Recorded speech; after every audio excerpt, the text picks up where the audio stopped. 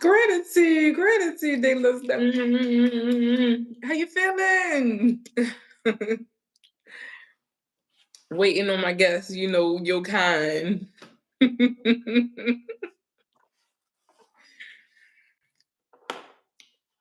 um, but yeah, I'm excited.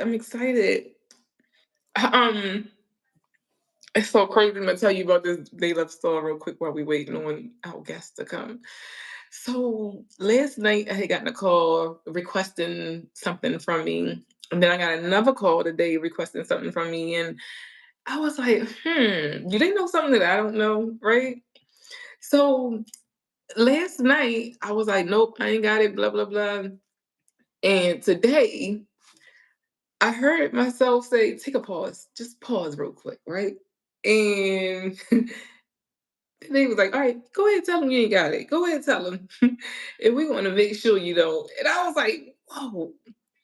And it was just so deep because it made me realize, wait a minute, I'm taking my own abundance from me. I am putting my own self in lack. And I'm like, whoa. Huh. Did you get that?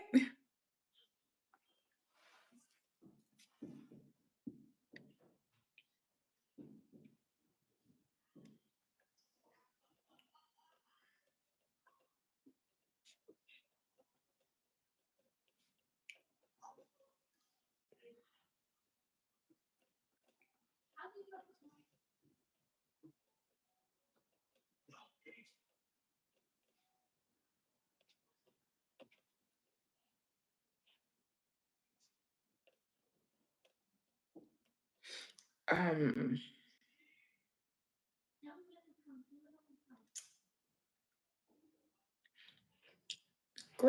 gratitude, great day, everyone. I'm waiting on my guest. He should be coming in here in any second.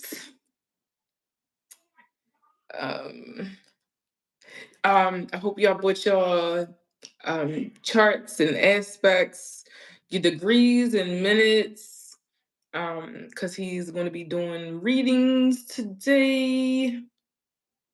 Yep, here he is. Welcome. Peace and blessings. Peace. How you feeling? Another day at the office. Hey, what else can you ask for, right?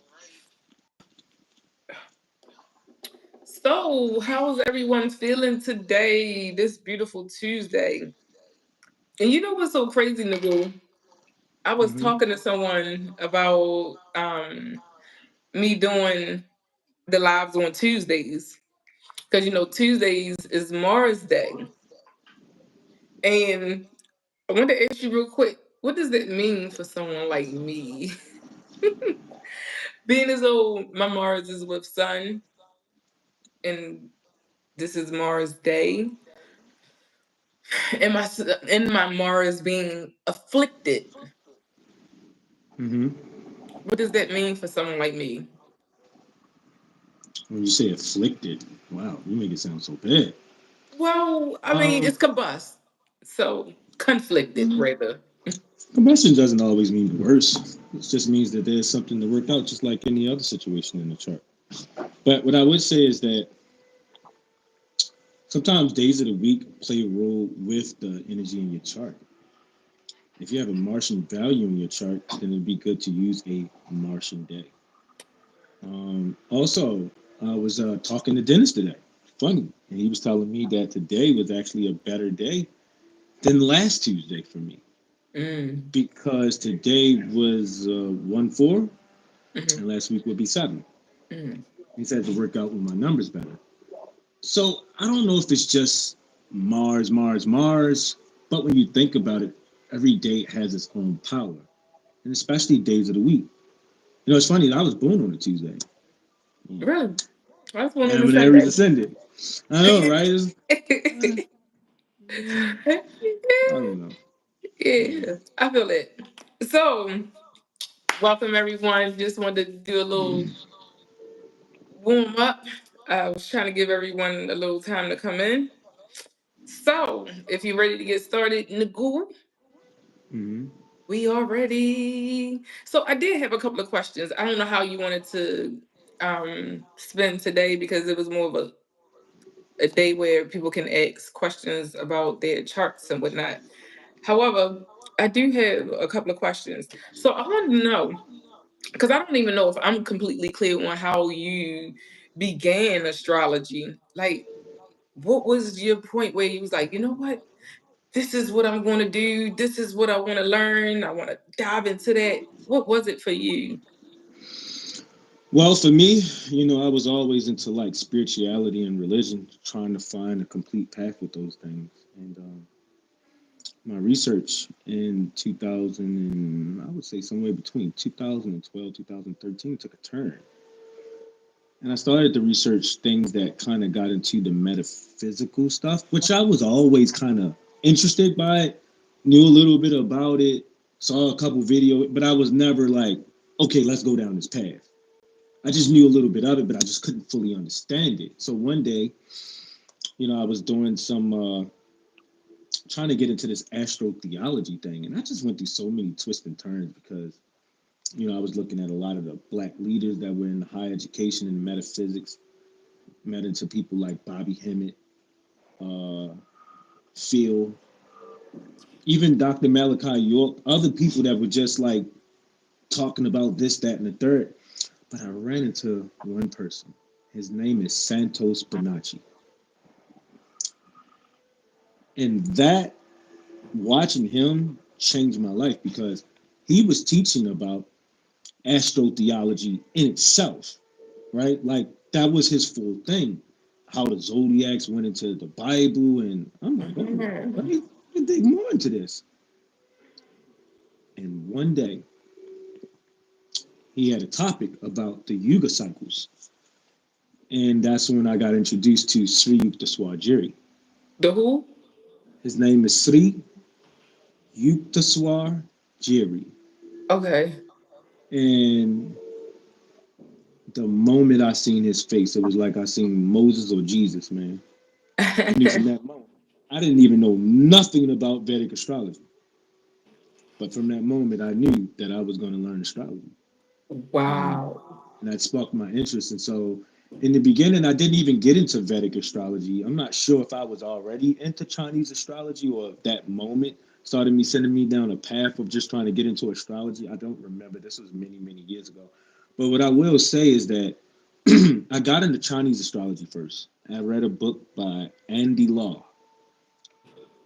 Uh, I wound up giving that book away to somebody 2 years ago, 3 years ago, and really big book. And that's how I got into Chinese astrology. Mhm. And then when I got into the Vedic understanding, it just took me where I need to go. But I was only into Chinese astrology for maybe about 6 months, 9 months, something like that. Mm. Well, let me ask you this. In your opinion, right?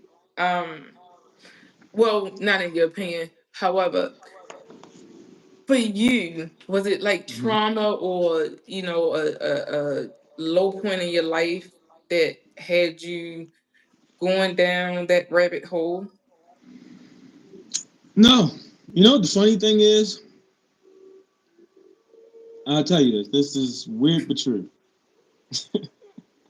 I was with a woman at the time, and somehow I was looking for love.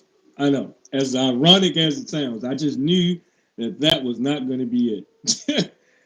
And somehow I was like, you know what? Maybe I'll find the answer. Maybe it's over here. Maybe it's over. And I was like, maybe astrology can give me the information. And that's what really took me down this road because I was searching for so many answers to things that I just could not answer. You want to hear Mm. something funny? You want to hear something funny though? What? You want to hear something funny? To this day, I ain't found that person. But, I must admit, I've helped many people follow their path. Find the right path. So. It's so strange to go because I was doing your numbers and I was like, wow, like most of mom and dad children, we all have that number six somehow, somewhere in there. And I was just like, wow, and that's that goddess energy of love, that God energy of love. And I'm like, we got that. I'm like, that's cool. That's pretty cool. We are You want that to hear? vibration of love. You want to hear something that's Yes, funny? Stephen Myers. Yeah, I know, right? Listen, you want to hear something funny is that I kind of can see the merge in itself. Funny thing about life is that a lot of people want things that they're not ready for. Mm, And it's funny the reason why I love astrology because it teaches us about God's will, God's work, and a manifestation that doesn't take on emotion. mm, And it's just so solidified when you see the process of your life. Look at all your life's events up until now. Would you really go back and change it? But back then, when you were going through the problems, you'd say, "Ugh, why do I got to be going through this?" yeah. But you can never see it. So, in going down the path that I am of understanding love, I wasn't, excuse me, I wasn't ready for what I thought I would be ready for. And my life needed an upgrade. My mind needed an upgrade. My Mm, level of thinking needed an upgrade. My philosophy needed an upgrade. So even if I would have found the person, it wouldn't have been the right time. yeah. Yeah. It's really Absolutely. deep how life works out, you know? Yeah. Yeah. All right. I got another question. Mm-hmm. I don't know if y'all want to do a reading or just an aspect, or say you have a particular conjunction in the house. If you have a question about it, by all means, you can ask Nagul. Um, And make however, sure you and hold on. Make sure you put in the chat that cosmic insights thing so that way they can be able to look up their account. I don't know who all's here from last week or what they might not have gotten that link from last week. So just so to okay, make it easy for them. But what I can do is I really don't need to see a chart. As long as they got the information they can relay it to me, I'm good. I don't really need to see the chart at all. I don't know how to put anything in the chat. Me either. That's why I didn't even try. No, I don't even know if it's possible for me to put anything in the chat. Um,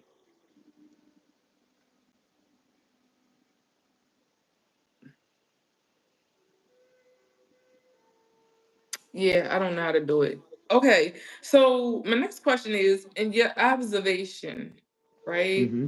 And welcome in everyone that's coming in. In your observation, everyone that's on a spiritual path, or the majority rather, or I call it a perception change, because a lot of people are starting to like, I don't like the word spiritual journey, and we are spiritual, which they are completely right, right? Right. Anyway, why do you think it is that we, and I'm gonna say we because I am one myself, why do we dive into astrology before we dive into any other esoteric, or why do we dive into these esoterics like astrology and numerology, period? I'm not fully understanding your question here. You're saying, can you try to reiterate that a little bit so I can make sure I'm answering it correctly? I was asking you, why do you think it is that people dive into astrology and numerology? Because most people that are spiritualists or on this path, they know about astrology and numerology. Why do you think that is? Well, there's two ways I can answer this question. I can give you the complicated or the basic way. I'm gonna Please try to don't give me the blend. complicated. Please don't. Okay, I'm gonna try to blend the both. All right. So in Leo, we have a star named Regulus. That leads Hmm. into a constellation in Vedic astrology called Maka. Many people that are royal are born into this, but it's really about the divine Pitris. The They took off divine features what? Pitris, Pitris, Pitri, Pitri. Okay. Okay. So on that side, this is where the divine ancestors live that we call quote unquote angels. It's really deep. Now, those angels live within us and they Hmm. manifest from what we call past life karmic deeds. So a lot of times when we come into this life, we have spiritual gifts. Hmm. The other side of that is where you have the other nakshatras in Aquarius. And in Aquarius, we have what's called Purvabhadrapada. This is where we learn things from secret societies. This is So what like the 33rd degree Masons and whatnot. you're getting there. Correct. If you look at the Baphomet symbol, right? The Baphomet symbol in itself is the whole code of astrology. The five-pointed star equals the senses: Jupiter, Saturn, Mars, Mercury, and Venus. And then you have the two snakes in the caduceus. That's Rahu and Ketu. I believe that word is caduceus. I might have that wrong. But Yeah, then yeah, you have the sun and the moon being held out. You see the light and the darkness in his hand. So you got the yeah. sun and the moon, the north node, south node, and the rest of the five planets. The actual term for that is in Purvabhadrapada. That deity is called Ajayapapada. He's known today as the Baphomet, but we know him as Satan in the Bible. So the question is, how do we get to the information? And why does Satan become so bad? Satan is not bad, it's the knowledge itself is dangerous. That's why they call it the knowledge and the tree of good and evil. And so the heart must be right. And this is why across from it, you see in Leo is where the king lives in the castle. But Right. across from that, the rebels live in Aquarius. So now a lot of people look at it as saying like it's some sort of rebellious way, but it's only meant for people that have actually gone through the path and have given up something on the sacrificial altar. Most people have not done that. And that's why even people, when they try to get into astrology, they cannot because they are seduced by their own desires, seduced by their own ego, and the illusion is still over them. So they can't see it. It's like they're reading Aries, Taurus, Gemini, but they don't see the actual thing. You have to be given a way into it. You just don't walk into it. Now, maybe you can walk into a spiritual gift, but this is the highest science of the universe. Say no Wow. joking. And Wow. you giving this person a reading means that you can give yourself 7 generations of bad luck or 7 generations of good luck. That's why they call it dangerous. And if you notice on the Purvabhadrapada sign, they have the poison symbol, the danger symbol, the same symbol you see like with the skull and bones, right? Hmm. When they put it on these secret societies, that's showing you that it's not for everybody. Oh wow. Oh wow. So that's showing you the divine gifts that come from the inside and the divine knowledge that's coming from the outside. Whoa. That's deep. That's deep. So let me ask you this. Does one have to have a placement in those 2 points? To be in astrology, not exactly.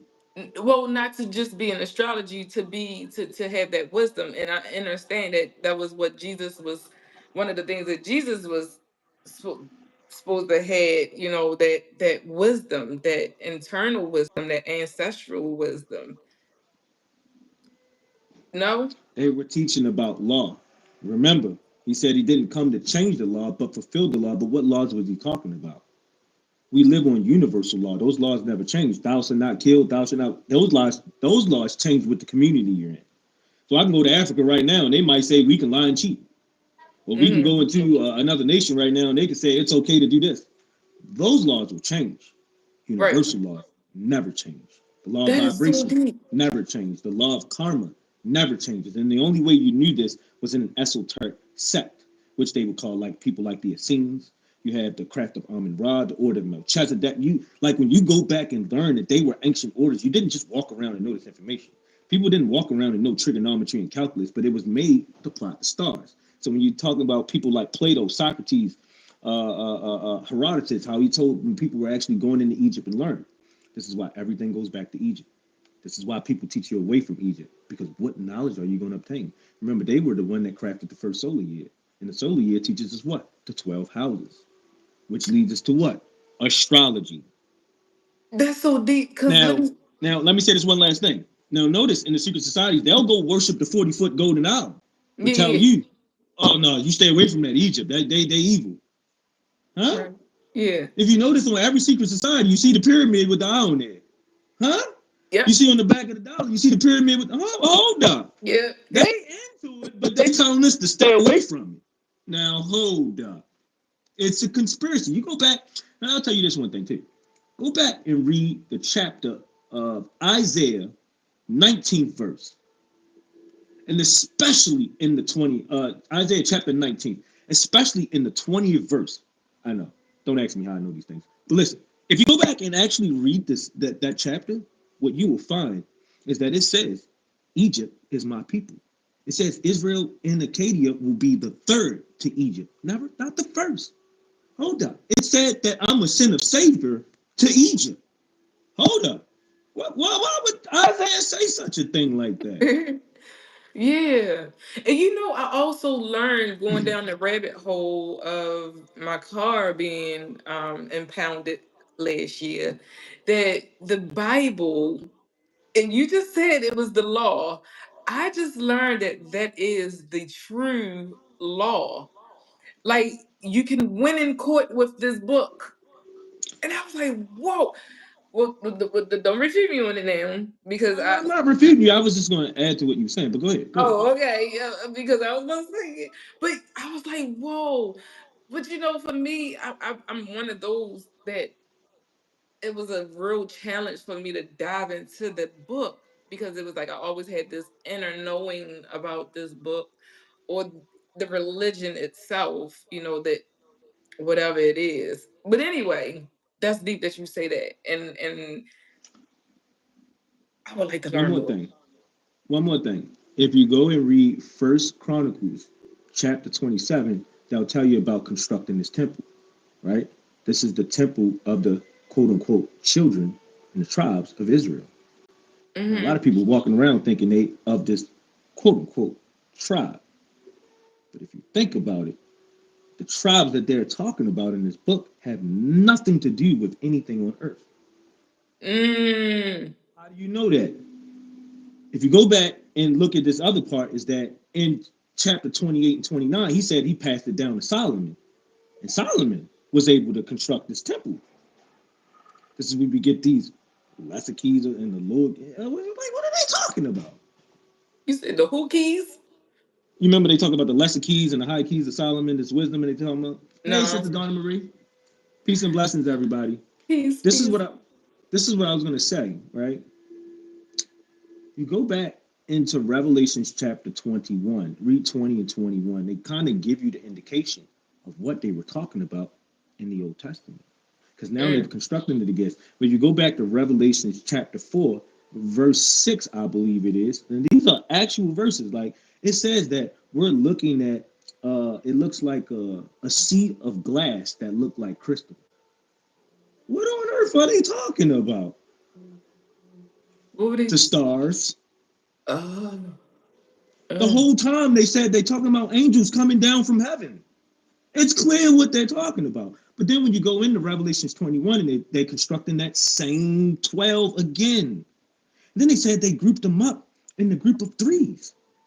And they got an east gate, and a west gate, and a south gate. And an, hold up, what are they talking about? I mean, it is so clear as day what the Bible's speaking about. People are just in denial. You go back and read Job chapter 38. What did he say in Job chapter 38? He said, who can bind Pleiades? Whoa, what is Job talking about? He said, who can understand? No, he said, who can bring forth Mazaroth in its season? Who can follow up Taurus?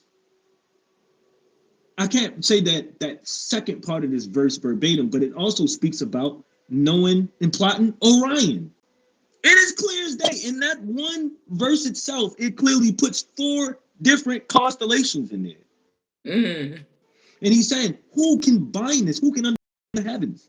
This is what Job was talking about. And I'm sitting there thinking, like, how did everybody skip over this in their book? That's because they don't know the difference between that and what's actually the science itself, because people are teaching us that these sciences are evil, but the whole Bible is speaking about it. And I mean, the complete Bible is speaking about cosmology.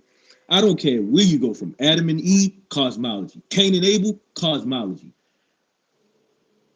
You know what? I'm gonna stop there. I Yeah. don't want to step on nobody's toes. But it's Did all anyone cosmology. did anyone have any peace, Kenneth? Did anyone have any questions so far? Also, I wanted to let y'all know that if y'all have a question about your astrological charts, please put them in the comments below in the chat. And Nagul was asking if you did want to get. Yes, Asim, yes, grand day. I remember from last week, grand day, and gratitude for being here, everyone. He was asking, can y'all use cosmic insights for the degrees and minutes? Okay, so I did have another question to go.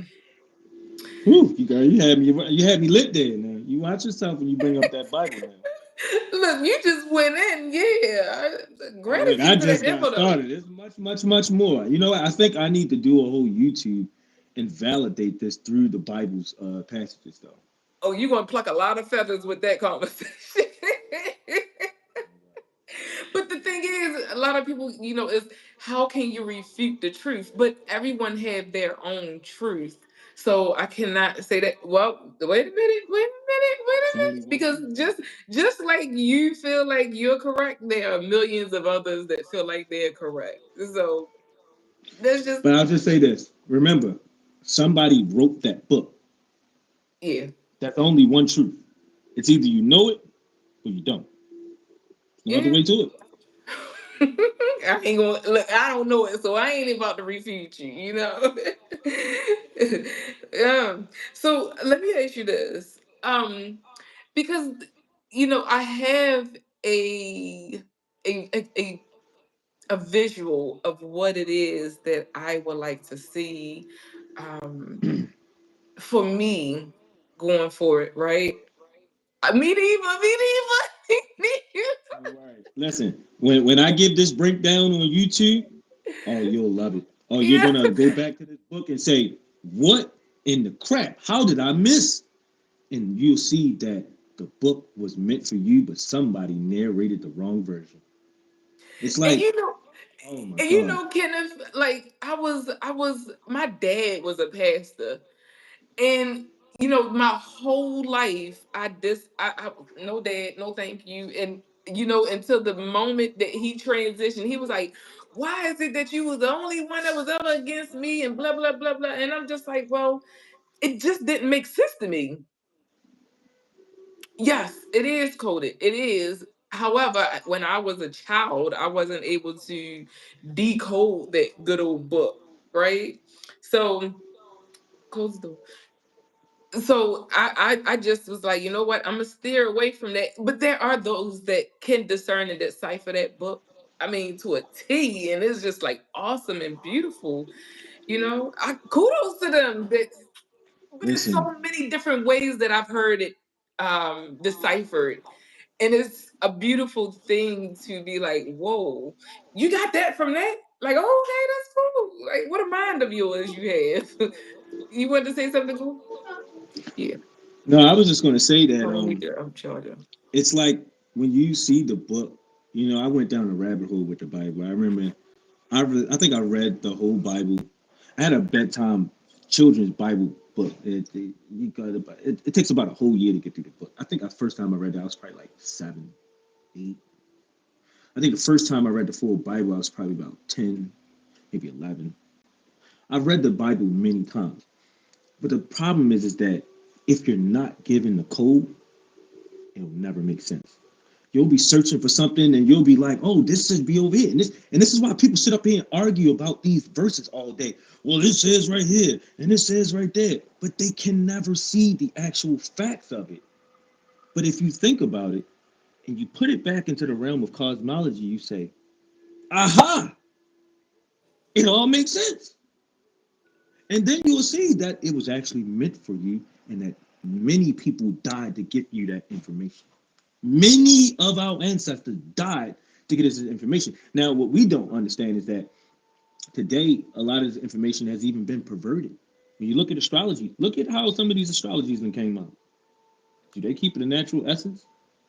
Are Oh, they? you They know, never I got it. mean, I think anything, and this is the issue that I have, and I've even gotten to the point where I don't even really listen to anyone anymore. However, because it's like that game that you play in kindergarten. You tell someone the secret, and you pass it around the table, and you get to the end. That is no longer what it was. I mean, nowhere near what it was meant to be. So, when we are But listening. it is occult knowledge, though. That's the point. The occult knowledge means that it is hidden or secret for a reason. So if you think about it, we're talking about spirits and ghosts. Like, can I go to the actual school and learn about that? No. But however, I feel like well, I don't feel like, I know that there's a way to get that same information, and that's going within, because just like you said, the ancestors had the same information. So if I'm connected to my ancestors, and if I am listening, I'm going to get that same information. There you go, Kenneth. I'm going to get that same information that they have, period. And even further back, because everything began with me. I don't know if you ever seen the cartoon, the Avatar, the Last Airbender, when Avatar, what was her name? Qatar, Avatar, the second one. On. She, Oh, huh? what? No, go. Not Aang, Qatar, not Katara. It's the second one. She went back to the very first Avatar, Avatar Lee, and I was like, "Whoa, that is us. That is me. I'm from Turtle Island." So listen, I hear what you're saying, but I'm going to respectfully disagree with that, and I'll tell you why. You can get your ancestors are always with you. So when we pray, guess what we're praying to? Our ancestors. Correct. But the information of the universe has been grafted over tens of thousands of years, And if you're the universe, then you have all of that information, right? which is why you have to go to the ancient people that have the information. They are able to help you unlock things. That's not going to come from within. Now, you can access your spiritual energy, and your spiritual energy is the higher divine ancestor that comes from the Leo side. Remember, we talked about the divine pictures. These are the ancestors. They're always on your side. They're always blessing you. They're always helping you.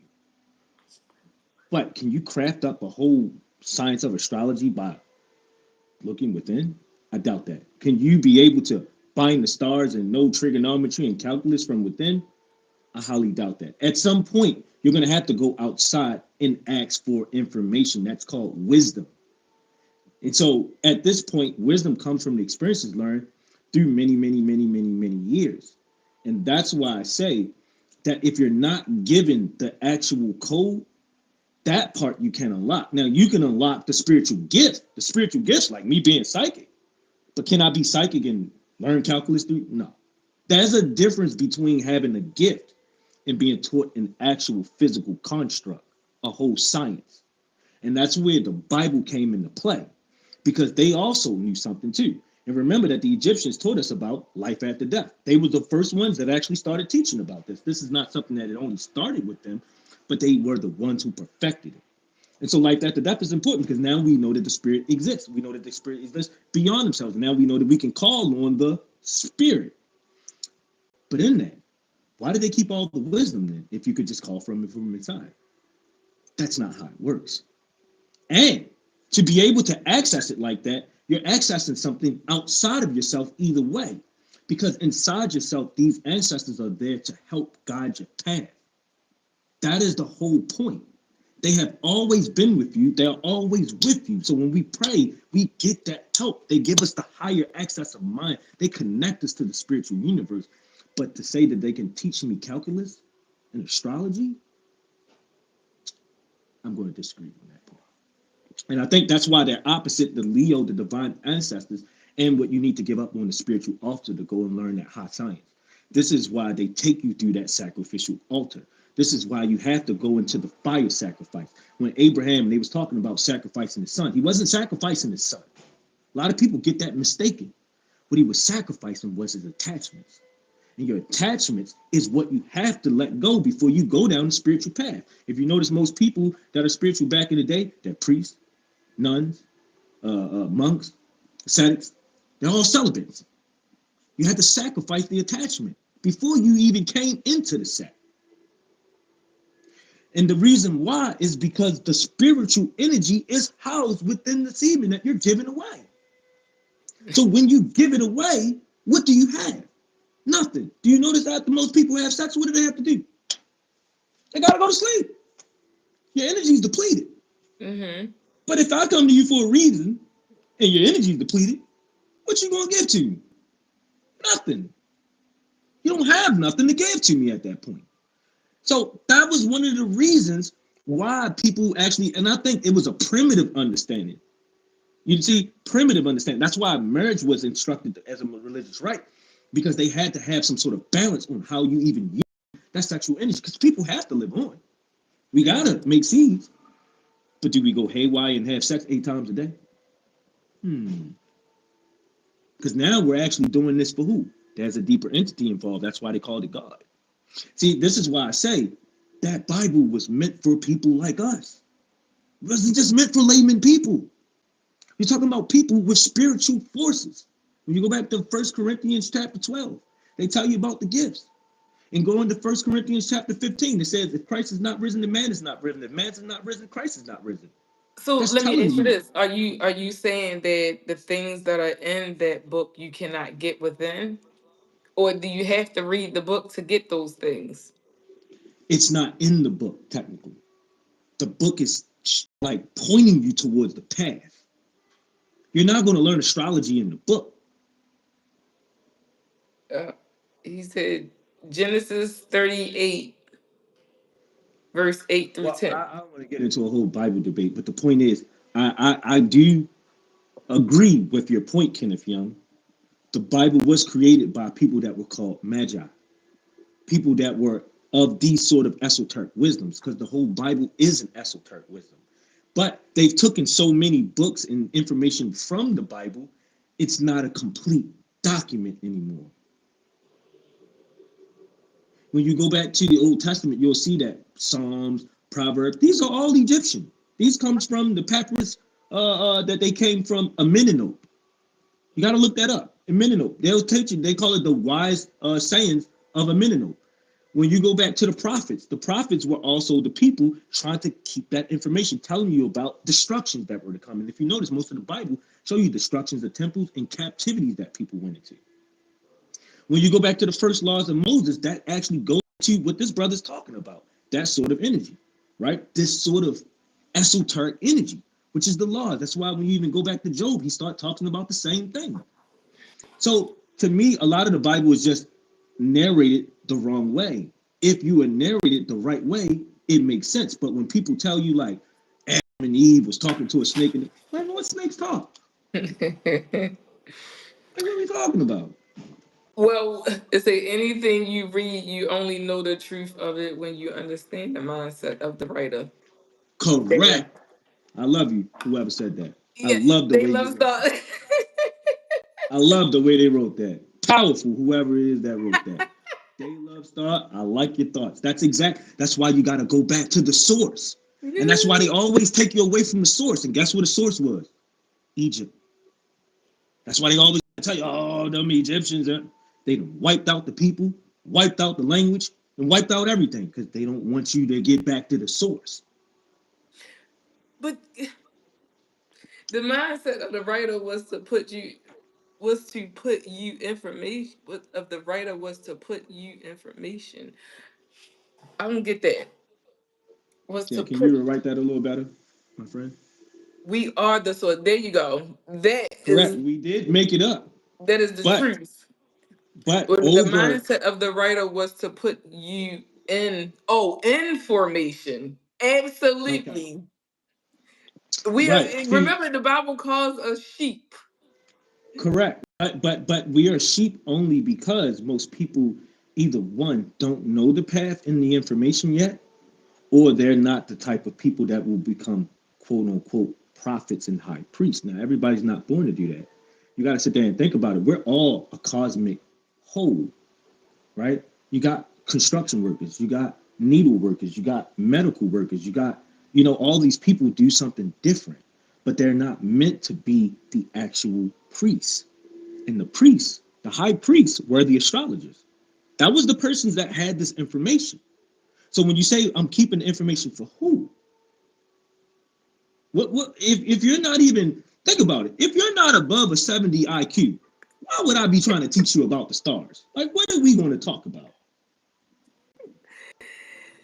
Think about it. Yes. If my IQ is below 80, you think I'm finna really understand geometric shapes and how analytical geometry works and trigonometry? That ain't Yes, for you. you can. I can show you videos of children around the world that understand this type of thing, and they're only 4, 5, But that's not what I'm 6. saying. That's not. I don't even disagree with that. I said people below a certain IQ is what I Oh, said. well, I don't think it's about IQ though, because wisdom cannot be measured. Yeah, but can you kind of teach everybody Einstein's theory and they can understand it? No. Well, that is IQ. But that's exactly what I'm talking about. So what would I be trying to teach you calculus for, and you wouldn't even be able to understand an energy wave? But I'm gonna tell you cosine for what? A Because rise and a run for what? You're not well, gonna see, understand that. the thing is, energy is us. That is something that we can understand. You see what I'm The, saying? If we, yep. huh? Oh, no, go ahead. Go ahead. I didn't mean to interrupt. If we understand who we are, if we came back with that knowing at 4 and 5 and 6 and 7, we can understand the energy. The other Yeah, we can stuff, understand energy, but you know how many people I teach astrology to? You sit there and think about it. You think everybody's gonna leave this class and be the top notch astrologer? Some people is going to lead the class and be like, nope, I ain't get it. And when I started doing computer programming in class, right, that was 27 people in there. When I left, you know how many people was there? hmm, mm, It ain't built for everybody. Just like I'm not built to be you. You're not built to be me. When you see no, somebody building the Sistine Chapel, I can try to teach you how to do it all I want. Everybody in the village ain't going to do that, yeah, right? I can teach everybody martial arts and kung fu. Everybody ain't got the mobility to do that. You are built with your set of gifts, which means we all make a whole, which is why we have an astrology chart to show different parts and archetypes of that gift.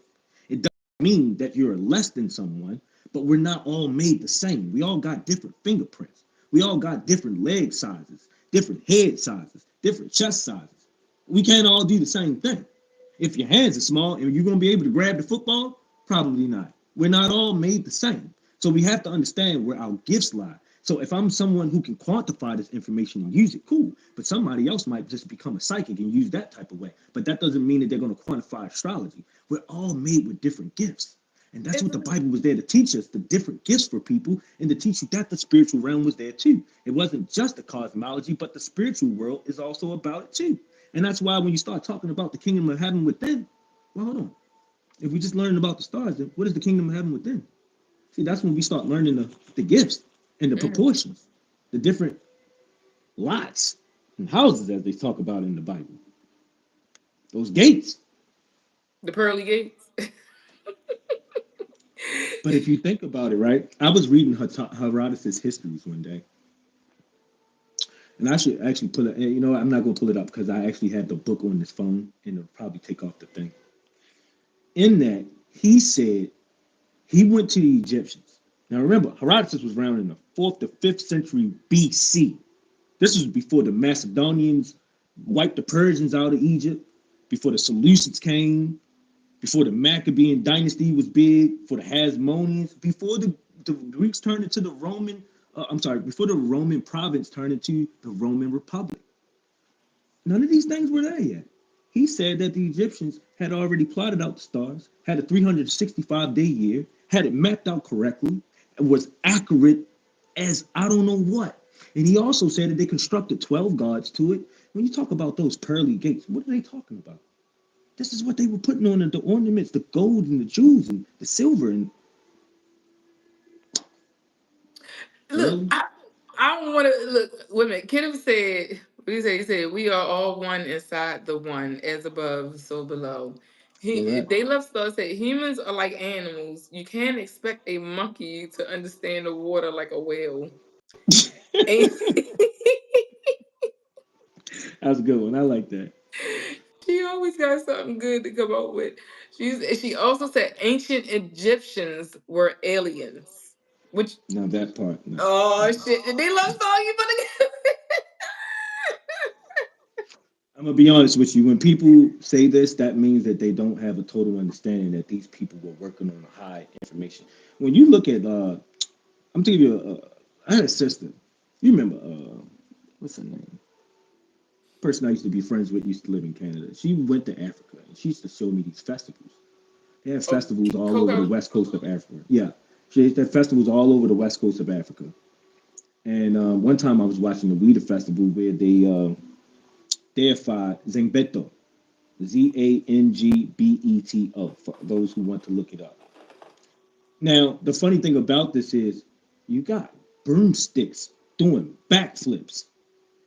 Okay, they got freaking mop sticks controlling dirt bikes. Like, I don't think they understand that these people had a power that they knew that still is not really understood today by most people. That's why when people see those Weeda festivals, they say, ah, that can't be real. That's why they trash voodoo. They don't want you on that type tip. You remember with Toussaint Louverture, John Jacques Dessalines, and all of them was on? Man, sent the British up out of there, sent the French up out of there. They couldn't play with them down in Hispaniola. This was not a big play. These were some of the biggest powers in the world. The problem is that they don't want you on that type level. You can move a boulder without even touching it. They don't want you on that type level. They want you on their level. And that is the truth. And this is not like a all white people thing, but you got to remember, people at the top trying to stay at the top. And the only way they can stay at the top is having people underneath them. They need you to be human, not superhuman, And not so doing things on a cosmic level that's beyond their understanding. Because now I can't control that. when you say below them, what are you referring to? Are you talking about financially or spiritually? Oh, no, no, no, no. We talking about gifts here. We talking about gifts here. You got many people that go to church, and if you notice, these pastors they can lay hands and heal. You got people that are psychics. You got people with gifts, and you sit there and think about it. They sitting up there thinking, "Oh, well, if I just pray." But if you think about it, you already have the gift inside you. They don't even know it. They think it's somebody else. You got the gift. Absolutely. Even if you never went to church, guess what? You still had the gift. That's the problem. They don't want you to think that you have gifts. This is why nobody's teaching you about no daggone zodiac. When you go into certain countries, the zodiac is made for everyone that's born. You would have your zodiac chart before you'd have the time of your birth. You'd know that better than you knew your birth chart. I mean your birth certificate. Like why nobody does that over here? So wait a minute. They love star said. So do you believe Earth is the only planet that has humans or living beings? Listen, I'm gonna tell you where my knowledge stops at all Mhm. times when you ask me questions. I do not know what's out there in the universe. I'm not saying that there aren't, but what we do know is that the people that built them pyramids were the people that we know as the Nubians and the Cushites and gave it to the Egyptians. And they gave it to them because they were already doing the exploration of the stars. Hmm. I heard, I think it was yesterday. I heard a story about what happened with, um, what was it like Atlantis? How um the people, the beings that came here to set things straight, they were of a higher echelon.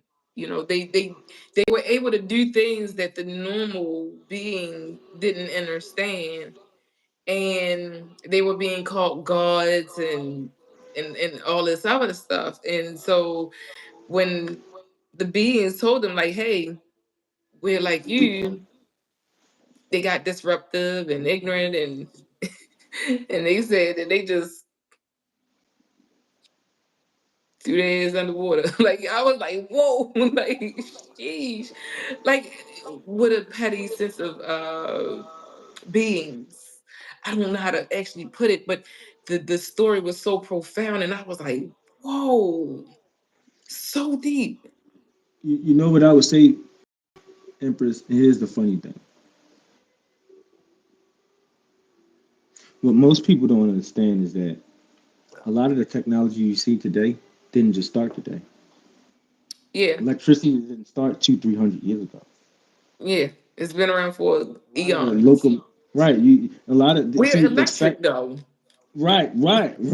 Think about it. So we've been on this earth for how many hundreds of thousands, millions of years, and you telling me that 2,000, 4, 5,000 years ago, that somehow the information we had today just nobody knew nothing about it. You know what I think, honestly, and the truth of it is that they don't want you to know the type of energy these people were on because they wanted to be the first ones to say that they gave it to you. See, so when people say, "Oh, we created electric," we It's one of created those the religion.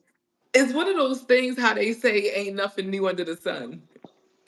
Right?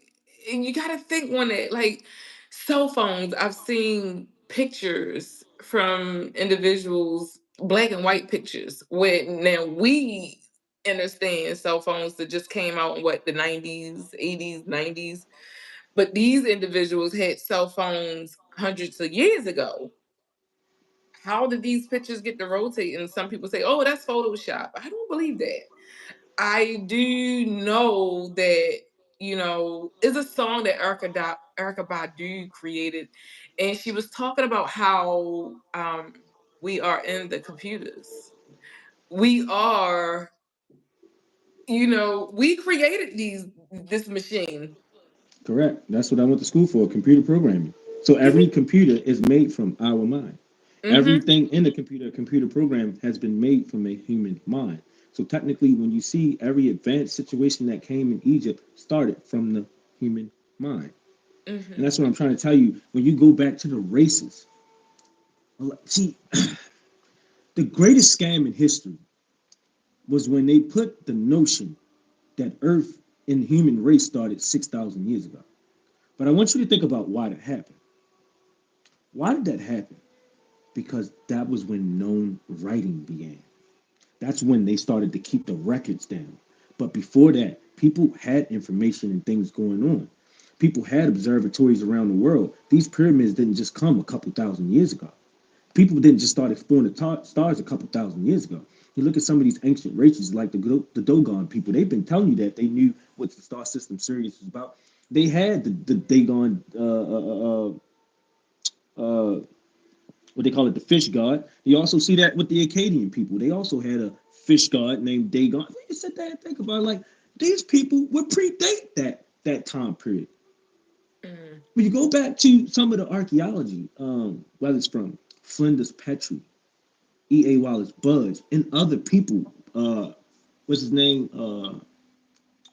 Bernal or Berthol, I believe his name was. You have so many people that did archaeology and research from those times. And they say that the races of those people that come from the Nile Valley is at least 2 to 300,000 years old. Now you telling me these people that moved up and down the Nile, then known that the floods was coming. The Egyptians made a whole calendar in 3000 BC, knowing the time that the flood was coming. You think they just got like that? At Mhm. some point, the ancestors was sitting there like, you know what, we tired of dying. Let's try to figure this thing on out. Yeah. I think at the end of the day, this is why I say it's who's narrating the story, Mhm. who's And that's telling the story. And that's the issue. We're listening to everyone else's story instead of writing our own story or finding out the story for our own selves. And that's where one of the issues with me lie with that good book. Why are we reading this book and we're if this has already happened, what are we reading this book for again? I tell you this too. There was the guy that we spoke about in the beginning. His name is Sri Swajiri. So for all those on say, I'm gonna try to say it slowly. The word Sri is a title, but his name is Yuktaswar Jiri. That's Yukteswar. Last name Giri. Now I'm only saying it because I don't know how to type this in the chat. But here's the point. What he taught was about the Yuga cycles, which also the Egyptians taught about, the Babylonians, and everybody else around the world. You see the Mayan calendars, the end of days. Do you know how long it takes to get through a Yuga cycle? Is what, At least, 25,000? and you at least need to go through it once. Right. How in the hell do you know where it starts and where it ends if you didn't even go through it? Yeah. How can you master something that you haven't even seen or done or understood yet? Mm, These people have been plotting these stars and knowing this technology and information that we see today for thousands and thousands of years. They just used it differently. You see it mm, updated to it. Like when you see people talk about those magic carpets. mm. You remember that lore about those magic carpets? Yeah, Latin. Yeah. What was those magic carpets? And how do we know the magic carpets of back then ain't something that we use differently today? Well, what are the See, but magic carpets? Put me again, the. I'm just saying we wasn't there. But all I'm saying is, when you talk about the pyramids, who was lighting up the pyramids? People, oh well, you know the pyramids and somebody, the Baghdad battery and the aliens. But if you sit there and think about it, those people had electricity. Moses Mm. told us we went on mountainside now to talk to God. But if you go back to Exodus 25 and actually read the book, they're teaching you how to make the Ark of the Covenant. And what you will learn, what those things actually make up, is what's called a capacitor. And what the capacitors do, store electricity.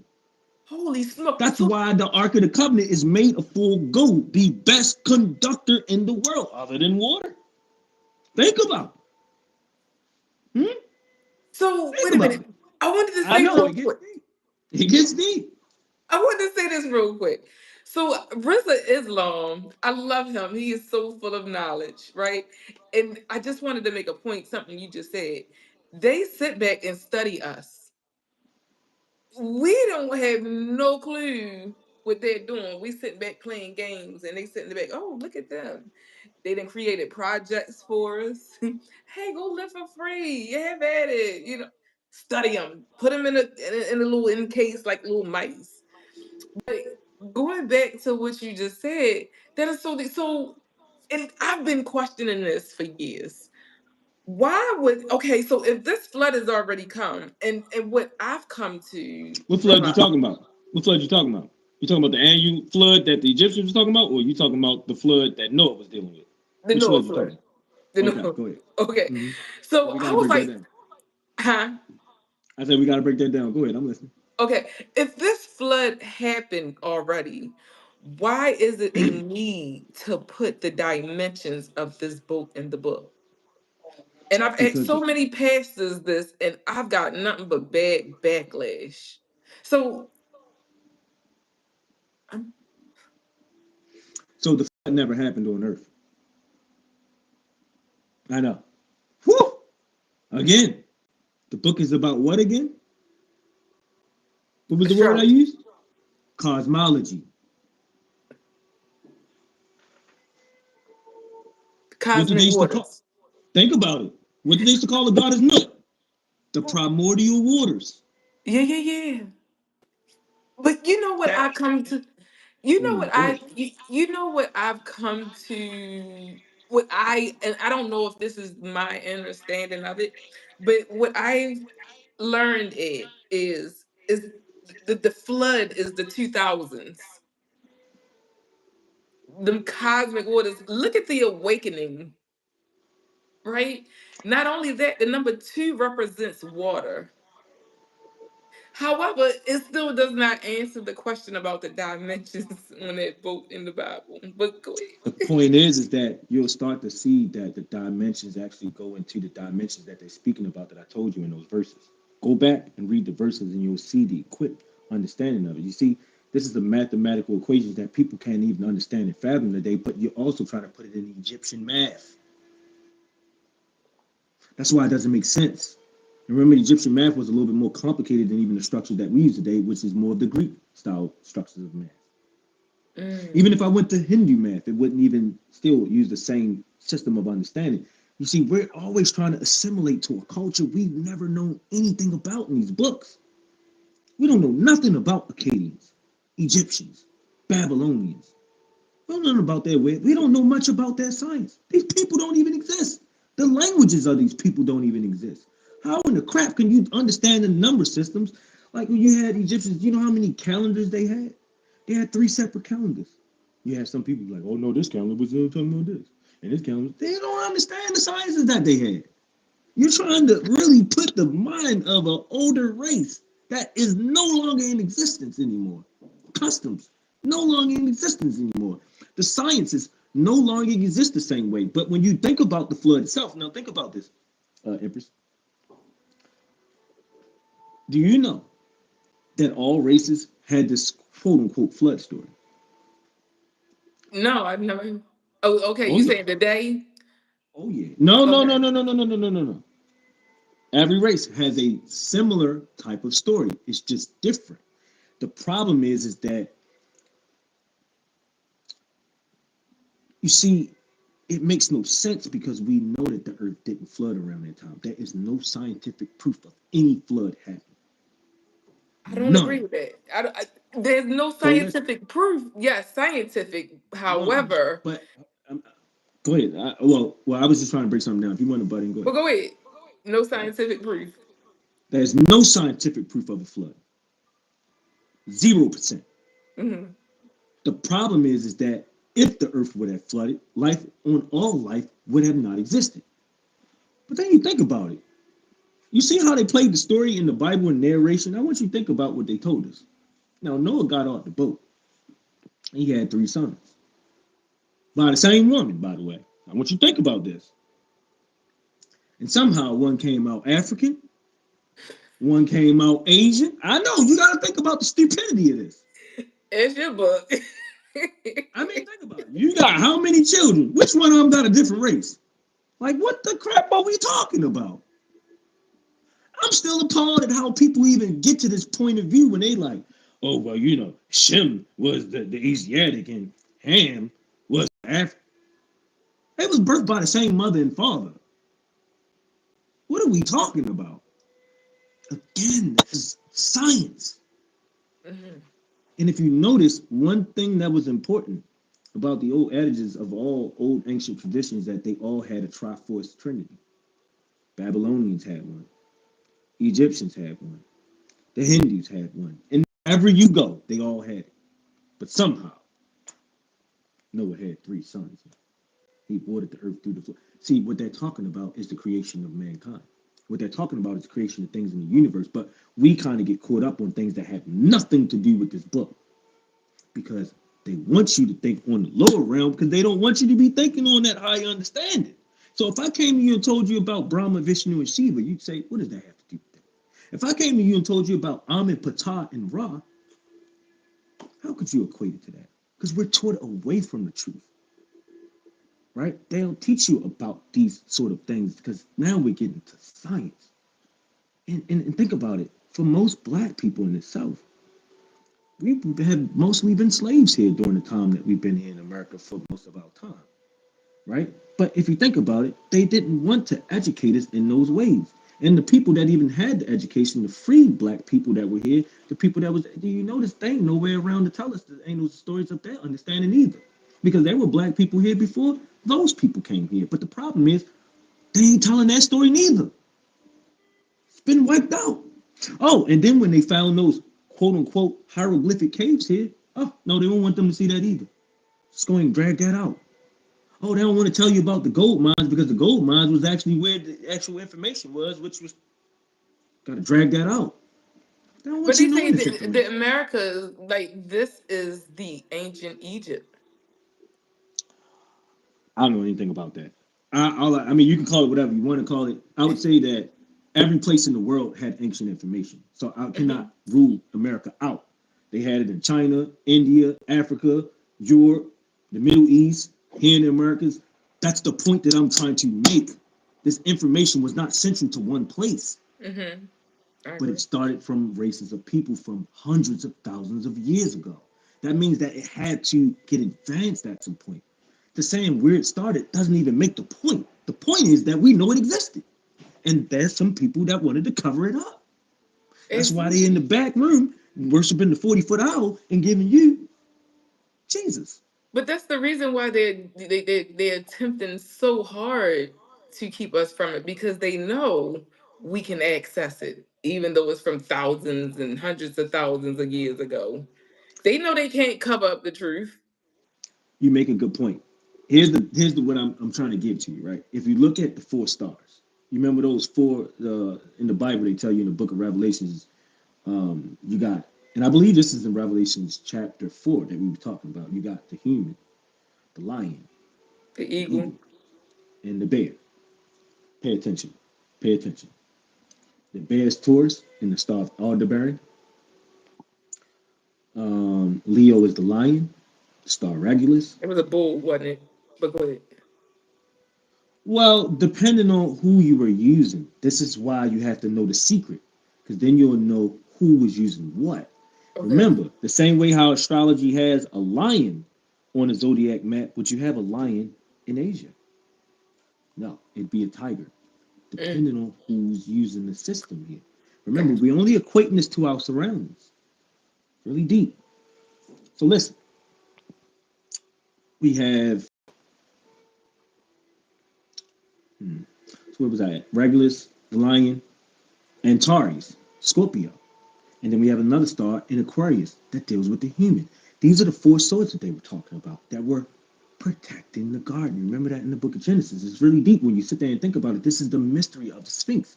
These stars that I was talking about. So one, I gave you the one side with Leo and Aquarius. But then the other side, we have Taurus and Scorpio. The creator. In Hindi, we call it Brahman, who is the natural creator of the universe in Taurus. And right over there in Scorpio and Anurata, where Antares is, we notice here, this is where the devotion comes into play. The baptism comes into play. The transformation comes into play. Look at the Mm, actual emblemation, creation, right? Divine ancestry, which it has to come through learning. That's why Leo deals with scriptures, shastras as they call it, like the Bible, like the Mahabharata or the Puranas and the Vedas. From that, we go to the Scorpio to have this transformation, the Kundalini awakening, Holy Ghost, which is preparing us in Sagittarius for shooting the star to learn God's grace. But where we shooting the star at? In the sky. But anyway, get back to Aquarius, right? This is where we must give up something on that sacrificial altar because this is the first fruits of coming into understanding. You see, the spiritual gift is the key, but it's not the treasure box. That's why it says in the Bible, I believe in Matthew 6:33, seek ye first the kingdom of heaven, and all things shall be added unto you. Where is heaven? Therefore, if I look within inside myself, remember, I only have the access to the ancestors.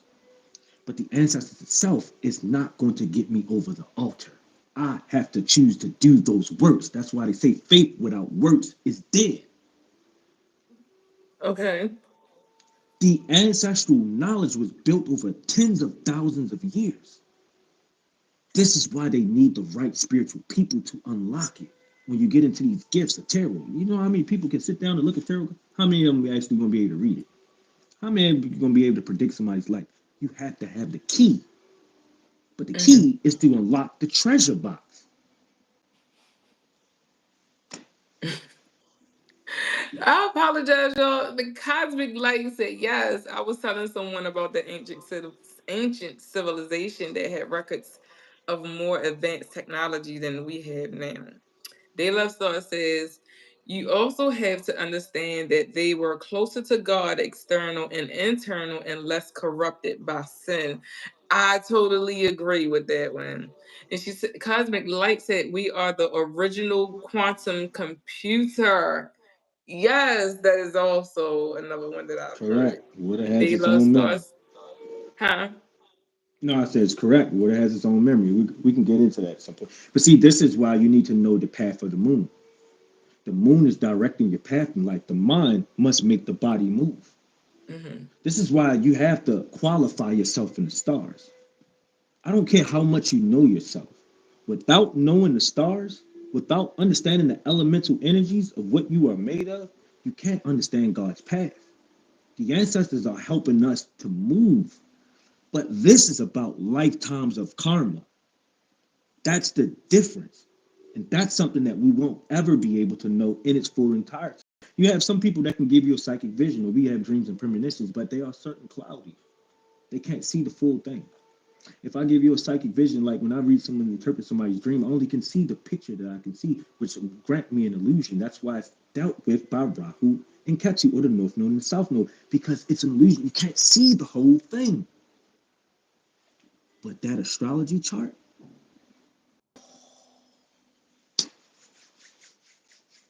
lifetimes of karma. And when you put it all together, it gives you a complete different energy of information.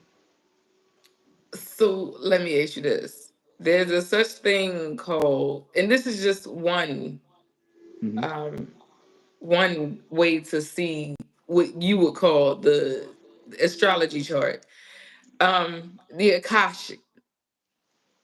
So a lot of us can go to our Akashics and find out that same information that we can find in a chart.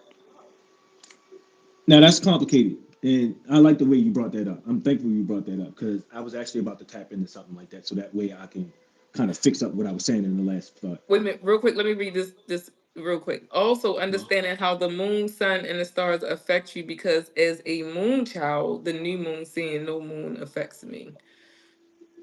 Mm. so this is what I was going to say. Yes, you have people with different gifts.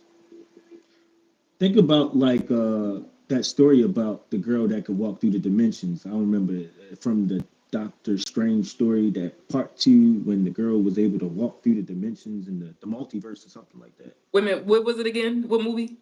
I believe they call her America Chavez, but I can't remember her superstar name in that. I never heard of that movie. Okay. Oh, thank you, sister. Yeah, I I wanted to appreciate it. read that, but I didn't want to interrupt you. Hey, family, Nagu has never failed me in the reading my chart. Absolutely, but my point is that that's not the only way that one can access their path Correct. or past. So But let me get to that. That's what we were about to get to. okay.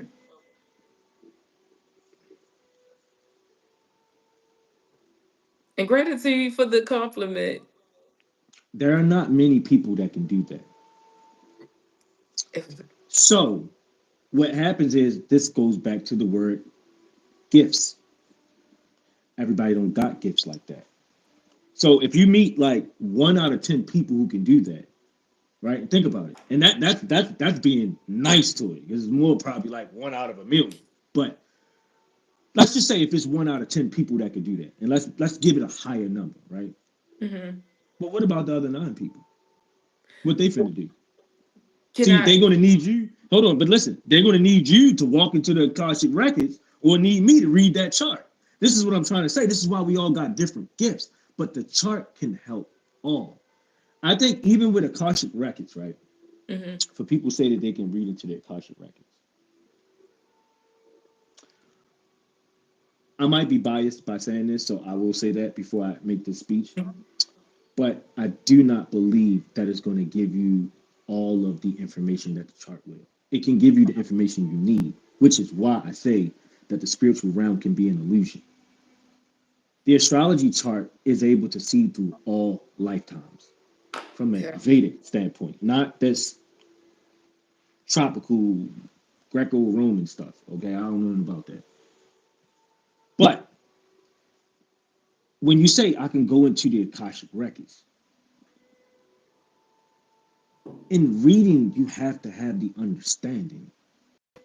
That means that you would actually have to live there and sit there forever to kind of get to that point to understand the book of life and what's written on it, right? I do not believe that a person can just walk in and know everything. And so, even if I'm going in at certain points of time, right, then the question becomes, how much can I really fathom with that understanding? I think that when people have these gifts, like you think about people like what was that guy's name that was the sleeping psychic? The dude used to land Edgar Casey, just like that. He used to go to sleep, take people's questions, go to sleep, right? And he would come back with these answers. Now, who knows? Maybe he was walking in the Akashic records. But the question is, how much information can you get at a time? A lot of that information is hard to fathom. This is why the system of astrology is like mathematics. Think about what the world was like before we knew math. Think about what the world was like before we could communicate. There's so much that we couldn't understand. But look at how advanced mathematics has got from the time that it started. Mhm. And the more we can understand about math, the more we can understand about the universe. That's how we were able to plot the stars. So it's kind of like with a lot of these gifts, you can see something, but how much can you really understand? And that's why the astrology chart is called the holy science, Mhm. because it's like understanding God's work in real time, even as it's moving, going back in time, going forward in time. It's like a wheel of measure that no other gift can use. And only intuitive people can use it. And that's few. And I mean, out of 100 astrologers, and I don't mean 100 people, but out of 100 astrologers, you'll find one. And I always tell people, out of 100 astrologers, you'll find. So a lot of the people that say, I can do it, I know these are gifts that you have to have on the inside. You cannot just read a chart. It is just like me looking at a room. I may see a spot on the wall, but me getting caught up on the spot on the wall doesn't allow me to see everything because you see, I don't have that gift. Mhm. So gifts play a huge role into this. And when we get into the Akashic records, I think it's just like psychic. It's a limited understanding that you can get. To say that we can know the knowledge of all lifetimes, that means that you have to be able to fathom that. I think that's the important part of that. And it's not saying that you can't, but the question is, how much of a being can you be? And then the question is, you probably have to be at the highest rank of spirituality. So that's why it's the point of how many people can get there. And that's why that would be a lost cause to make it seem like all of us can do it. Mhm. Then for the other people that ain't even can't even get into the Akasha, right? Not alone the people that can't even understand those lifetimes, but for all those 9 out of 10, guess who they coming to? The astrologer. She's so- Let me read these comments real quick. They Love Star said there are so many faking gifts, but there is a push for people to learn gifts that aren't for them because my working on a gift that's not your weakness, those gifts that are. And let me say this real quick, Nicole. And I'm not refuting anything about astrology because I know firsthand that astrology is an amazing gift to be able to embody. Like that is a real gift to be able to read a chart the way that some of you do. However, we are all we can all access the same exact gift. Period. Do we? A lot of us don't. No, we don't. However, we all have the same ability and capability, and that's period on period. A lot of us do not know how to access this certain information, or you know like you put in mounts and mounts and mounts and mounts of time of research to do what you do, and that's why you're really great at it, and we appreciate you. So I just wanted to say no gift is what's the word, cut off from anyone, because we can all possess the same gift, because we're Right. all spiritual beings, we're all from that one source energy, and So that's it's like it's dealing with the realm of psychosensitivity. Like for me, I interpret dreams. I Now I get want you to it. think about this. How many people you know can interpret a dream? I got a few. Okay, I got but how many people do you know? Think about at it. least I know at least one person in this live. No, no, Yeah. no, no, no. I'm just saying. How many Besides you. people do you know? Like total, like period, like not that have gifts, but I'm just saying. Now we think about how many people we know that got a gift like that. Now, how many people do we They love know? Star. Like I ain't want to put you out there, but yeah, like she's my go-to person No, no, for. no, no, no. I get that, but what I'm saying is, we probably know probably about we've met somewhere about 500,000 to 1,000,000 people. Hmm. How many people got that gift? But the thing is, if everyone has the gift, then no one would need the help, right? Or the assistance or the guidance. And the thing Good is, point. we all are put here with a particular gift. Whether we use that gift or enhance that gift is something different. However, we all are put here with a gift to aid, guide, and assist one another. That's why, you know, it's 8 million, 8 billion people on the planet. That's exactly what I'm trying to get at. And that's why we have to know the difference between one gift and the next. So that way we can work together as a team. It's like Okay. Captain Planet.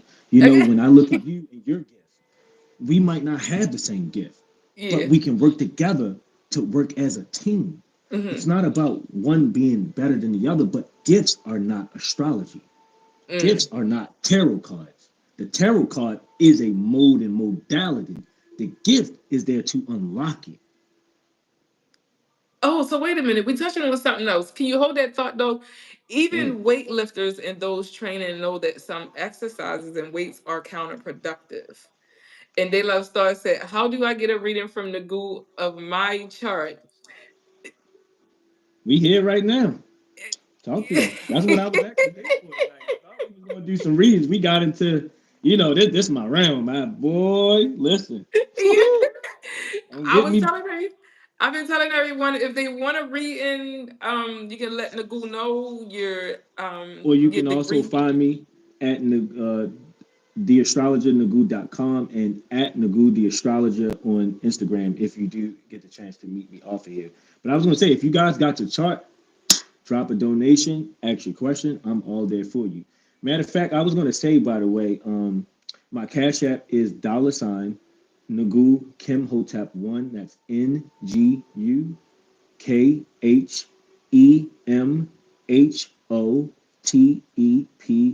1. The same goes for my PayPal. The @NGUKHEMHOTEP 1. So I was gonna say, drop a donation and we can definitely get into your chart. I don't mind at all. This is why I was actually here today. She said, Um, I'm going to use animals. We are animals and humans are the same. We aren't going to have the same abilities. Well, I won't touch on it. So, um, Never w- know. so the question was, um, you started touching on something different. And what was that you were about to explain? Um, Before we go on, I need to switch my phone. My phone is about to die. I got my other phone right here though. Let me see if I can. Is there any way for you to plug my other phone into this?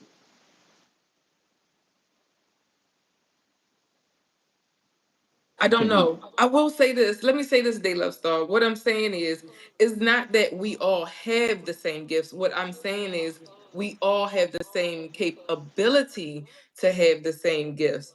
The thing is, say a channeler, we are all channelers if we choose to tap into that. That was my point of saying that. There you go. And you're back just like that. So did you understand? Was that clarify what I was trying to say, they love star? Because it's not, I'm not saying that just because, someone is a channeler that I can channel and everybody else is going to channel. However, we can, because we're all connected to the same source. And if we really wanted to, we can hone those skills. You, you get it now? Okay. I don't know if that made any sense. That's just the way I understand it, and I'm not here to refute anyone. Y'all feel differently. That's cool.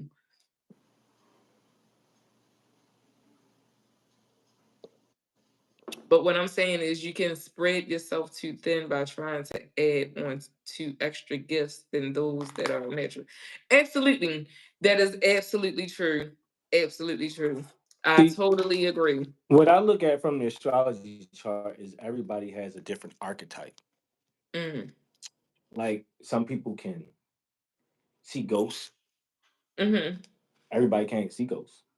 Yeah. You can't make a person have a gift that they weren't born with. The gifts come everything that comes from your physical world starts from the chemical and spiritual world, and they manifest through that. Mm. Right. So I actually agree with what this lady is trying to say, sister. They love. Hopefully, I'm Exactly. just yeah. They love star. So I agree with that. Like your gifts are complemented to your, DNA, your soul's energy. Give you can you give your website again? And what's your Um, cash at? can you write it down and put it on something so they can see it? Because I have no way to type it in the chat. I don't know how Yeah, to type in the chat. I'm not given the option to do it either. I don't know what's going on with this. Maybe I might have to check it out. Okay. What is your It's $ Nagu Chemotep 1 and at Nagu Chemotep 1. Put the Cash App for the $ and PayPal for the at. wait a minute, Nagul Chemotep one, this cash at, and what else? And at Nagu Chemotep 1. It should be the same thing. At Nagul I Chemotep. think I think Empress is going to put it up to the screen so you guys can see it. Wait a minute. Ooh. Is N okay for the cash app $NGUKHEM.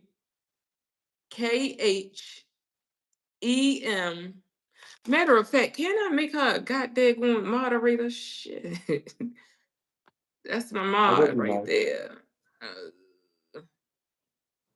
It'd be nice if you just bring, I don't know.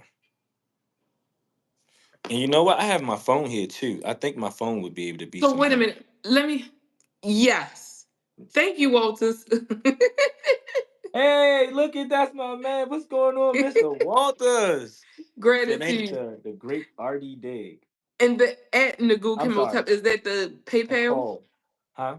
At Nagu Kimotep one, is that the PayPal? Yes. Okay, can you put that in the chat too for me, Walters DK? Also, Cosmic Light, were you trying to get a reading? Because I can send you a link to come on up if that's what you wanted. Also, the website, Nagu. What was the And website again? theastrologernagu.com. The THNGU. THE astrologer Mm-hmm. nagu.com. And .com. by the way, before we go, I just want to give a couple shout outs to some of my students that actually came in today. Mr. Walters is actually one of them. Donna Marie is also one of them. Uh, and I believe Kurti was trying to come in, but she said she had some problems, so I don't know if she made it or not. But Oh, why you ain't say nothing? I could have sent her an invite. no, I sent her the invite, but she had some issues with the settings on her phone, so I don't know if she actually been able to got through to the site. So I don't know. Okay. I tried. I don't know why it's. I don't know what that means. Yes, a reading was the intent. Do I have the option to remain in chat? Yeah, you Sure, have the option. sure. Give me, a planet. Give me the degrees of that planet, especially if you got it in sidereal, and give me the degrees of your ascendant. And either we can do a one planet read or, whatever it is that you want to do, you just let me know what you want to do. I got number time for you. Number Look, love for you. I got number time, but my phone got 18%. So Oh boy, you better plug that thing on up. See, I came with two phones. See where I'm at with it. look, I only Hey, I was prepared. Talking about something. Is you ready? Yeah, are you ready? Talking about 18%. got I was trying to charge it up before I got here. Why you I can't charge was that while you doing what you're doing now? because I don't.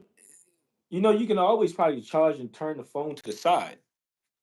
I mean, at least that'll keep things running for a minute. That'll be a little tacky, but um, I would have to go get my charger real quick. Okay. All right, so Cosmic, are you getting your information? Now, I don't Nagu is asking if y'all can have the Cosmic Insights app downloaded and your information through there. However, Cosmic Light Or does have Procorella if you would prefer that she use that, or what? How did that work out? hey, I see a lot of blue. It said what? It said it was canceled. Whoever this came from, Nicole. I'm Oh, guessing okay. whoever it came through. It said it was canceled. Cosmic, he's talking about you. I'm guessing with the cash it. See, it was canceled. But she do have her chart, so she said she downloaded it last week. Look at her; she always on her stuff. Uh, this thing, one thing. I didn't want to wait until the last minute to get this charger. Well, go ahead and get it now while you waiting. Okay. Okay, I got it. All right.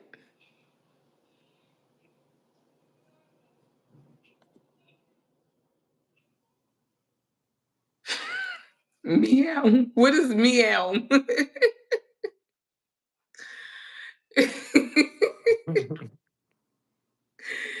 There go Cosmic. Oh my gosh. Y'all in for a whole treat. Oh,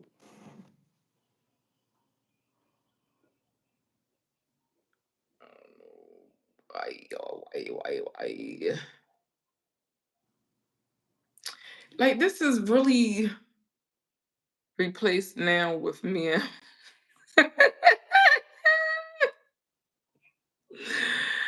Okay, I like it. I like it a lot. Okay, let me look at my chart. Okay. While y'all get that together, I'm gonna go get my charger so this live don't end. I'll be right back. Meow.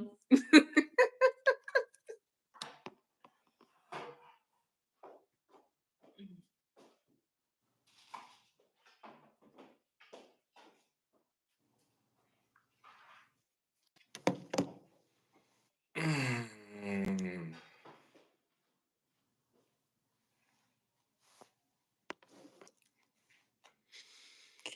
Whew. I hope everybody's having a grand day. Um, Such a lovely day it has been.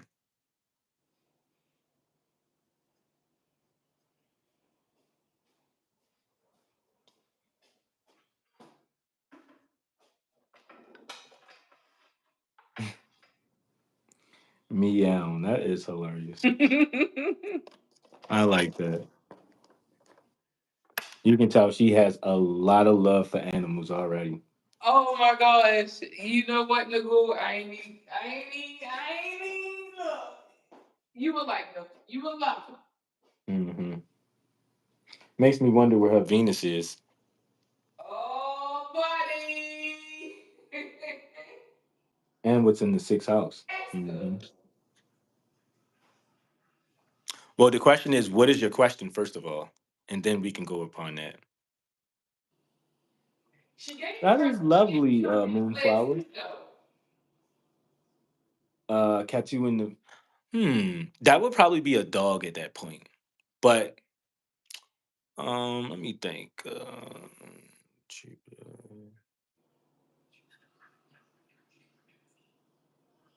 Could be. I would say more of Aries a lot of times, especially because of Ashwini. Usually Ashwini can make people into like veterinarians, but people that love pets, there's a few ways to look at this. It all depends on the chart because certain nakshatras, even with any planet, can actually just give a certain energy towards it. Like people that like dogs versus people that like cats. Sometimes planets around Ketu will play a huge role into this. Um, but there's many different facets to seeing. Sometimes we can look at it from combinations of planets, nakshatras, or houses. So spending a hot day on the beach though, that is something else. Listen, you know how cold it is where I'm where I'm at? It is 24 degrees right now and it feels like 10 outside. Let me tell you something what I'd give to be on the beach right now. Mm-mm-mm.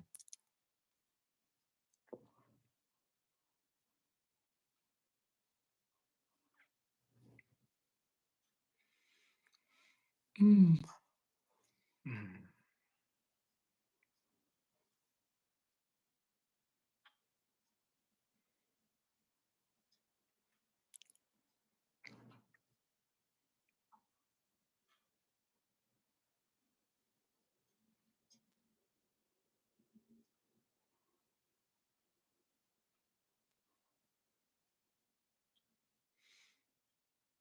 Can you bring other people up, by the way? Is that possible? I got it. Yes. Can we look into the strengths and weaknesses? I was also intrigued by the past life stuff you were speaking on. Well, that's what I'll say about the past life. We would need a lot more information for that. So let's leave that for a full reading. Um, hey, Miss Angela, I did not know that was you. So this must be the herbal business you were telling me about. Congratulations! I'm so glad to see that where you have moved in that. Moonflower Herbal Wellness. So strength and weaknesses maybe, but the other part about the past life, I would need to get into secondary charts to give you a definitive value on that.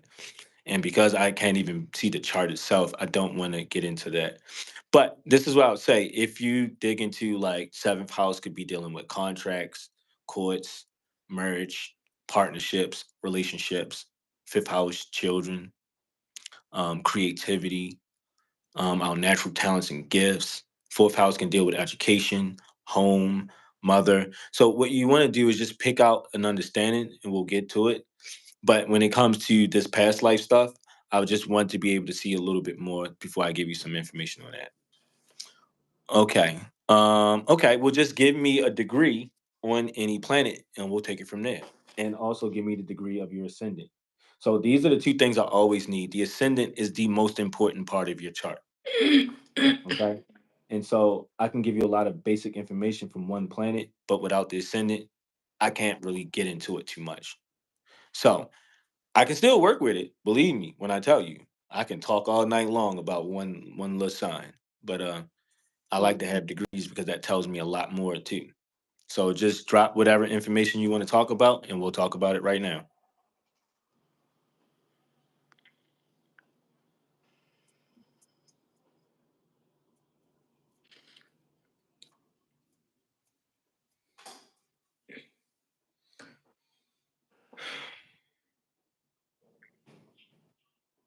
They You look can so. turn your screen off on this. Who me? Yeah, I was just wondering. You can do that. Can you see me? Yeah, I need to sound. Yeah, I can see you, but it just looked like you turned your screen off, and I know I can't turn my screen off. I didn't. My phone was laying down flat, and when I Oh, hit that's the what I was wondering enter, because that's what I was going to do. yeah, I was like, wait a minute. I was thinking if like if I needed to use the restroom or something, I'm like, well, what do I do? Do I just leave it up? Like, do I blink my screen? That's what I was wondering. So give me a sign for that ascendant, and give me the planet that you want to talk about as well, if there's a planet that you want to get into. No. They love Star. Are you still in the room? I wanted to make sure you got the information that you were requesting. If you're still here, what? Ascendant is at 28 degrees though. That's a knife Potter. I wonder what sign that would be. Did you get the website? They love Star.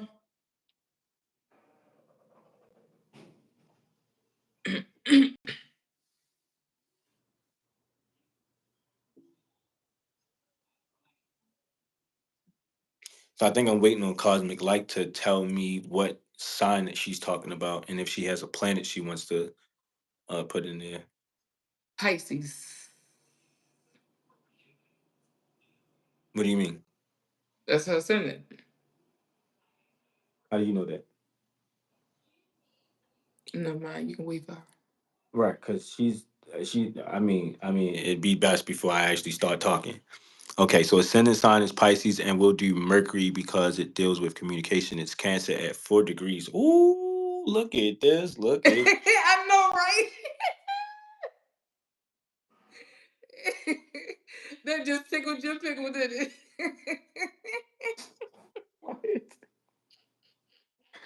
you are hilarious.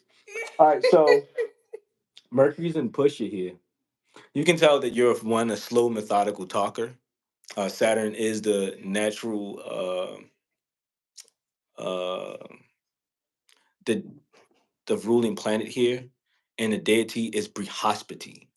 So Brihaspati is another name for Jupiter, and Jupiter is the lord of speech. But Jupiter is also the advisor and teacher, so you can tell that this lady has a great advisory energy. Mercury in itself will tell you a lot about what people do for a job, by the way. Now, the good thing about this chart is Lord of the seventh house going in the fifth and Lord of the fourth going in the fifth. So you can tell that she actually has a good energy towards advising and teaching. And water signs deal with spirituality. So this is more idealism, like someone who can write a book, sci-fi writers, into teaching health and wellness, things like this. This is sort of their sort of thing. Now, also because the seventh lord is in the fifth house, this is also good because this tells you that someone has a love marriage. Now you see that this Pisces ascendant is there, right? We think that this is the reason that you'll have problems in relationships in your life. Jupiter and Mercury on the side. So as it pertains to that. The other thing is that the fourth lord goes into the fifth. I don't know what's beyond this to speak too much about school. However, I can tell a lot about your mom already. Okay? Because pushy people are the love of the world. The only thing about Mercury is that Mercury can be very competitive and very heady and intellectual. And to put it in the Cancer sign, he's got to figure out who's running who. So Mercury and the Moon has come together now. Hunches, intelligence, or intuition, rational intelligence. Which one is winning here? And this is the reason why Mercury doesn't do well in water signs because Mercury is a planet of rationalization. Mercury is a planet of what's the word I want to use? Discrimination and analyzation. So now, what is Mercury analyzing here? What is Mercury discriminating here? And so that tells you when someone's very spiritual, and the likelihood is that whatever you're teaching about, because this is going to also go into things like real estate. This is really deep. Like someone who could be, like maybe a spouse, if you had a spouse, um, teachers, off the break teachers. But this is the thing: if this was in the fourth house, automatically this would be a teacher. And the reason why is because now we're looking at the 10th house, but you see it's going towards the 11th house. So what you need to do is actually get yourself a social media channel, write some books, and actually use the communication that you have to teach people through it. And this is also showing you someone's highly qualified from that channel of spirituality.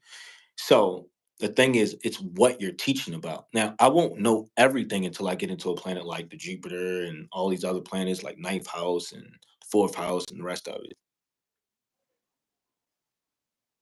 Yeah, yeah. And it could be a couple of things going on there because Pusha can show teaching, it can show real estate, you can be an advisor. And I'll tell you one thing too, is that Mercury in this house is can be deeply in the finances. So it could be someone who could be teaching finances, financial advisor. It could be someone who could be communicating something esoteric also. But more so, Pusha is not so much like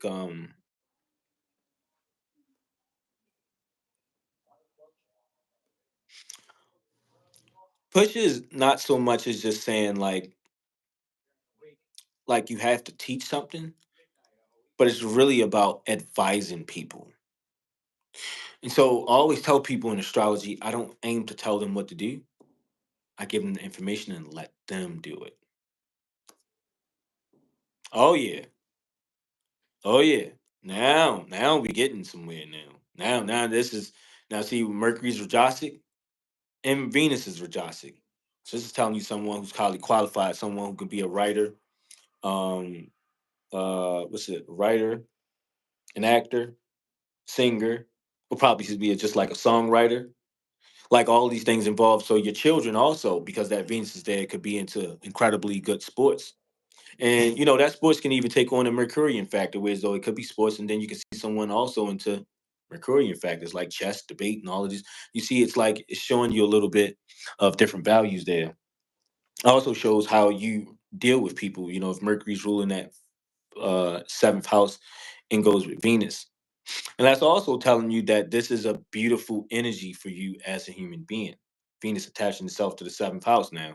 Whoo! I won't get into that part. Um,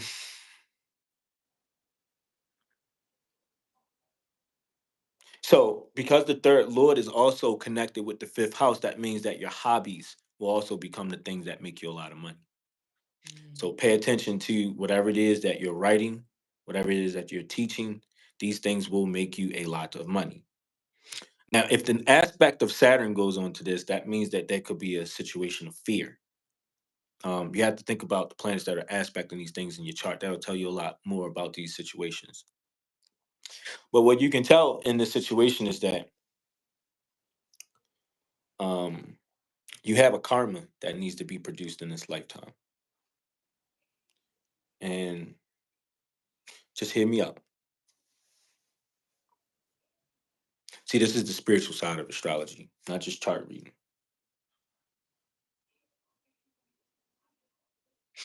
When you get married, there will be a situation.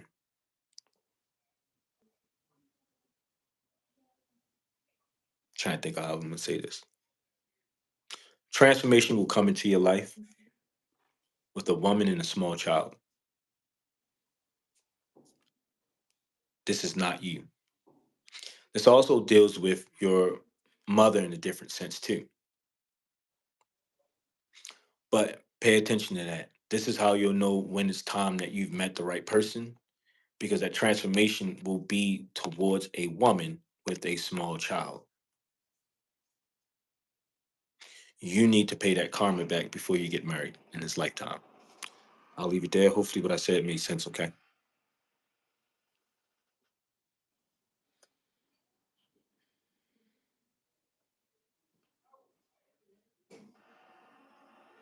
Right. Did anyone else? Did you have any other questions, Cosmic Light? And what are your thoughts?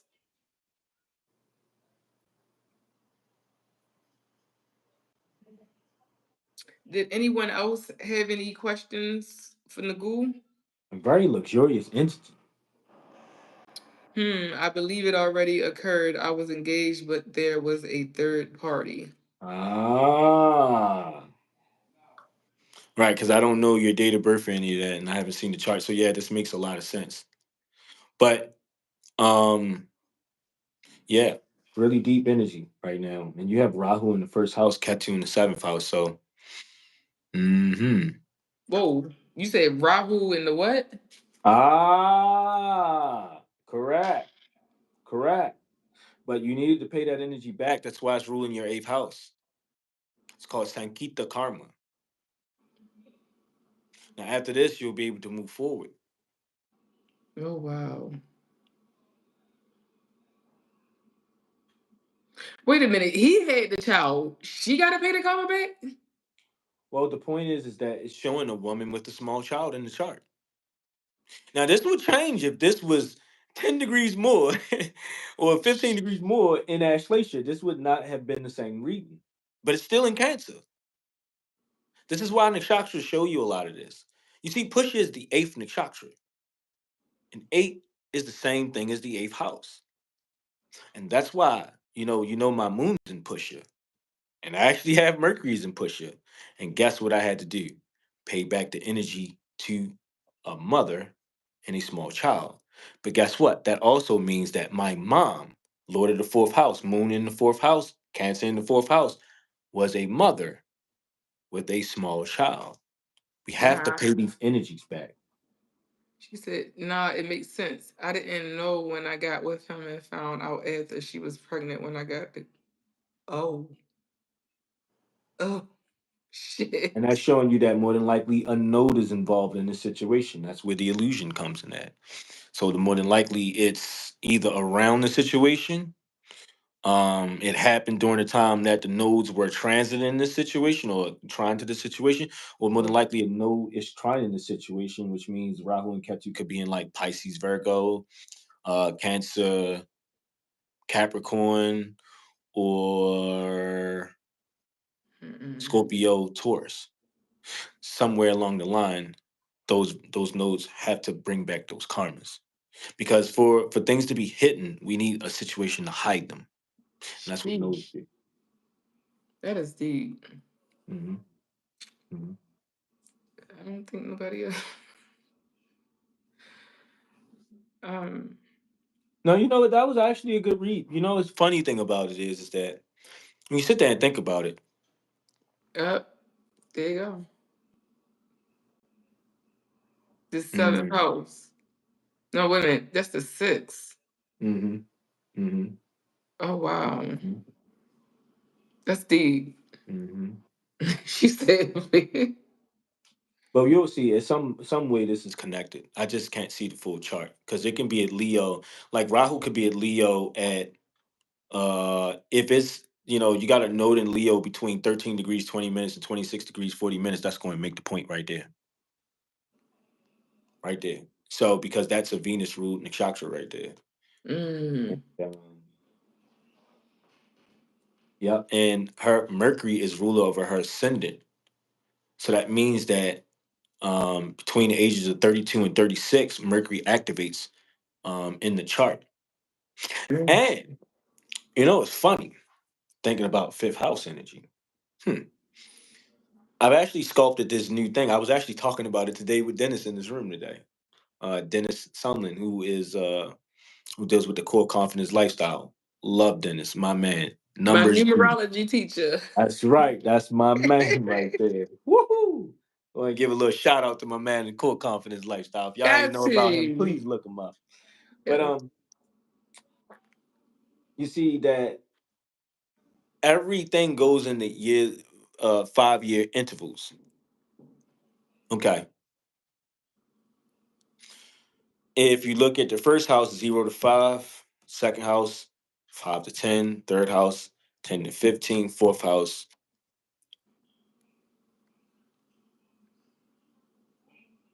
15 to 20, and then at the fifth house, 50 through 25. I'm sorry, 20 through 25. But because this is a seven fluid, if you go forward from 20 to 25, sixth house, 25 to 30, and the seventh house, 30 to 35. So I beg to think that this would happen somewhere in between those years. And that's why I said 32 to 36. Now, I don't know how old this lady is, but the likelihood is that this probably would be happening somewhere around those time frames. And you Mm, see, life has to work out the way the chart moves it because the chart is showing you the cosmic destiny. So there's free will and fate in the chart, but you have to know the difference between a fate and a free will. Every time that a fate happens, there are certain things in our life that also play up to the free will, which plays into the fate tree that's also coming back. This is why the law of karmas, those laws we was talking about, didn't come to change the law, but to fulfill it. It's really deep. And yes, ma'am. Yes, ma'am. And and speaking on that Rahu at 29 degrees, that also tells you that there could be issues with authority. Rahu is over the sun. Rahu is an opposer. Sun is the authority. Really deep when you think about it that way. So that can tell you a lot of the reasons why you have problems in relationships. You see, the sixth house, the eighth house, the sixth. So you got the sixth house, the eighth house. I'm sorry, the sixth house, seventh house, eighth house. The sixth and the eighth is the loss and the gain of the seventh. So remember, the backbone in the chart is the first, fourth, seventh, and the 10th. And the houses surrounding them, they kind of color in. So the sixth house teaches us why we have problems in relationships. That's right. That's right. So it's really deep when you think about this. That's why, and if this was back 3 degrees, this would not be the same. It's really deep. Oh no, it's not sad. They love store. Hmm. Yep. Drop some information in the chat, they love, so we can go into it. Drop a donation. Matter of fact, can you give me? Are you still clear to keep going, or do we need to stop? Go ahead. If they love Because I was store gonna say I wanna need to use the restroom real quick, and I'll be right back. go ahead. If they love store wanna drop some information in the chat, and you see you don't have to put your birthday. You can just download the app Cosmic Listen, I'm a different type of Insights. astrologer out here. You drop Huh. them digits, we gonna work it out. Okay? I do all the calculation in my head. I just, ooh, I love it. Y'all don't know how much I love doing math. So I'm gonna go ahead and just block this real quick, and I'll be back in like a few minutes. All right? Go ahead. Blazing and being amazing, grand day, beautiful. Um, so he is asking, can you use the app Cosmic Insights? And you can go on there and look at a particular um what is it called? Jeez. Planet. And each planet has a degree and minute next to it. So you can give your planet and your degree. Oh, I'll tell him when he come back, Cosmic Light. That was pretty amazing. I told you was gonna be in for a good treat, and that was just one aspect of that chart. And that's so deep that he even knew that. He don't know you from Adam and Eve, and I sure didn't know that either, right? So that's why I love astrology, and I always tell him, I said, "Look, are you coming on? You know, come on." He's taught me so much about astrology, and that is why I love astrology. I have a fondness for astrology that probably will never leave. However, I'm a numerology type of chick. It's a little easier with the numbers. The amount of research that he put in for this is priceless. Is amazing. So yeah, if y'all can download the Cosmic Insights, he rather use that skirt.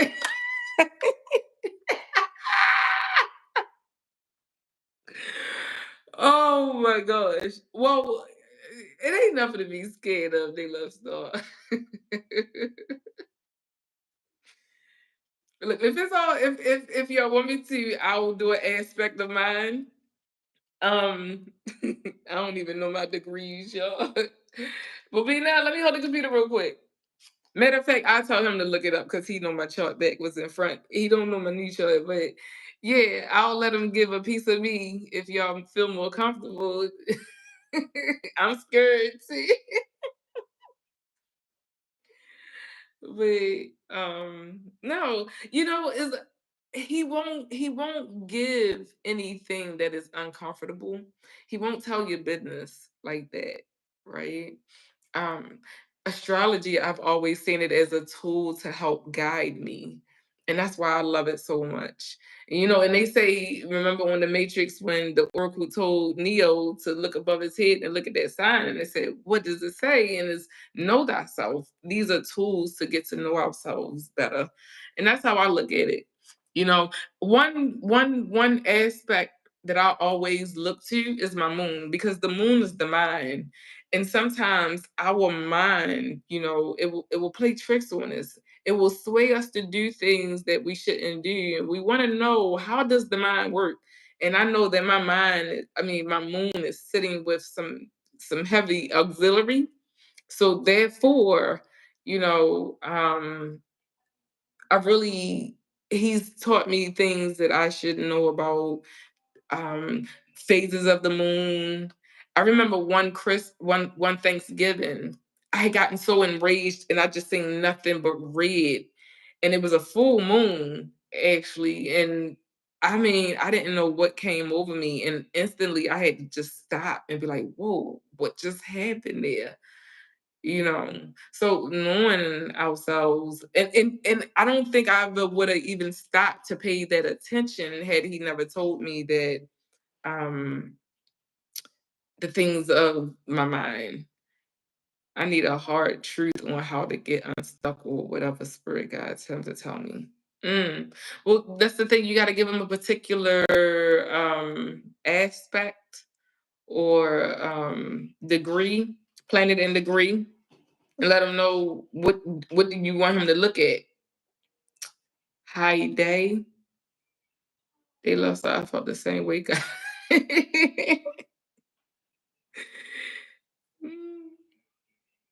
Yeah. And the thing is, what aspect of your life are you really truly speaking about? Like you moving forward? What is your soul leading you to? Because all of these different questions, it will different planets help guide that.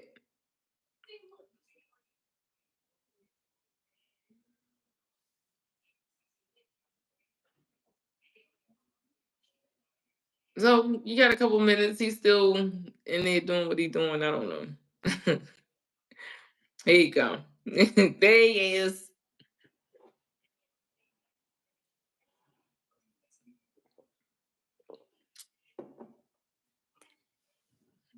Able one.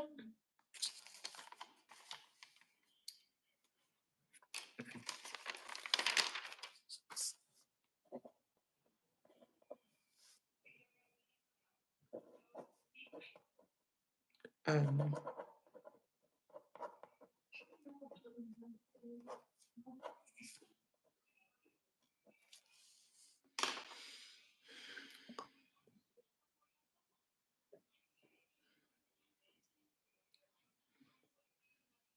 did anyone knows?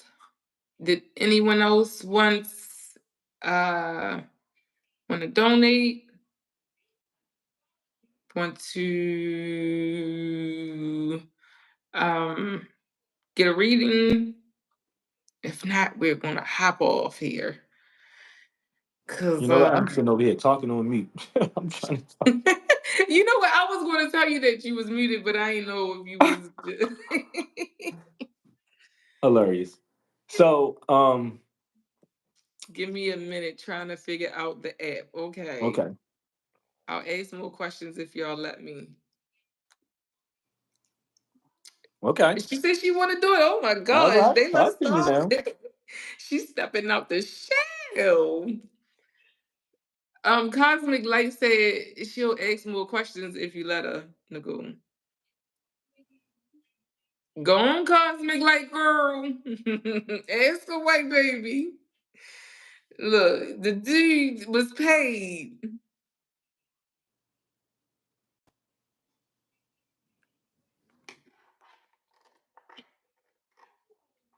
It's called Cosmic Insight.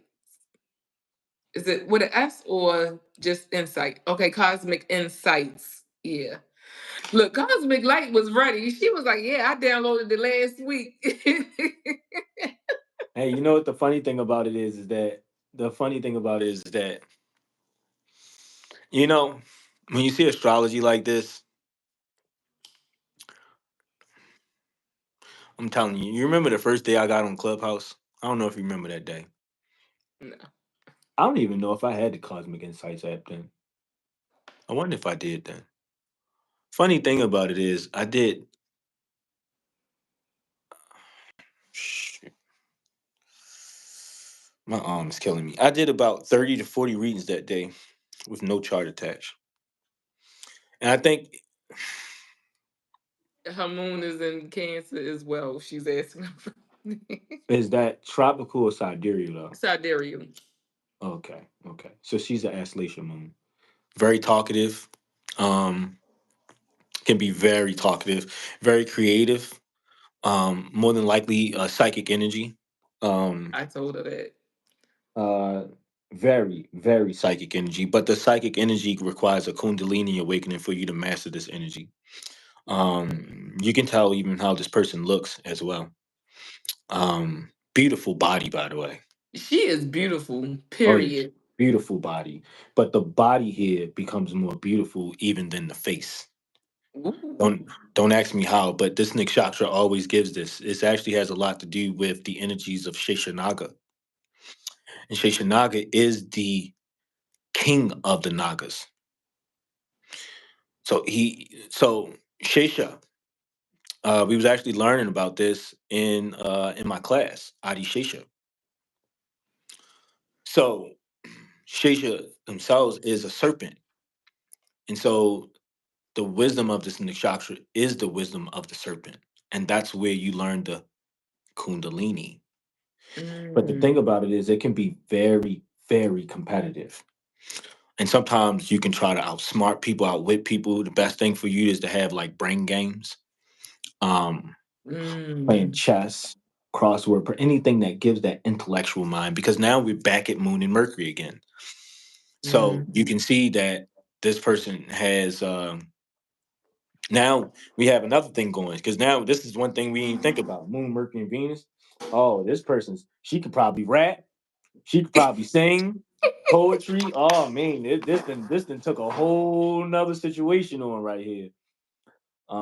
Oh man, that's so much to talk about here, and the Mercury's in Pusha, so that's telling you that you're qualified to teach like nobody's business. You were born to be a teacher, whether you know it or not.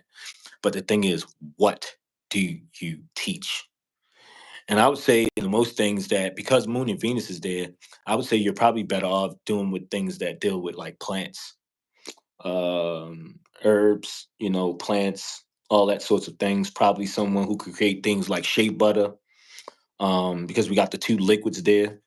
So you can see like liquids, like probably you could juice, teach people how to juice.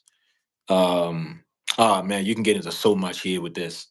But the one thing I do want to say is that you have to be aware of your ability to cut deep with people here. Because when you think about serpent energy, just like Rahu, smart, smart, smart energy. Thing about being smart is that Mercury itself is competition.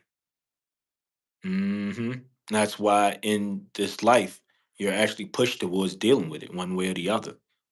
That's why it's in the fifth house. The fifth house is the house of Purvapanya, which is the past life, uh, past life deeds, the karmic deeds.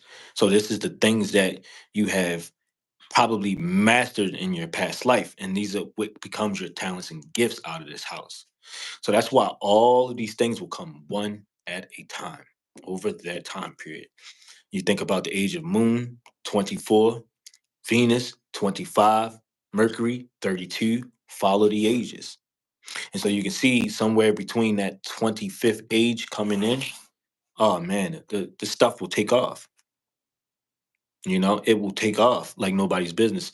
So I think one thing is, you got to see the rest of the chart because the 10th house will be ruled by Sagittarius. So I don't know exactly what that is. But here's the point here because you can see jobs anywhere in the chart. You can see it from the first house, second house, 10th house, 11th house, sixth house. It could be anywhere. But, but,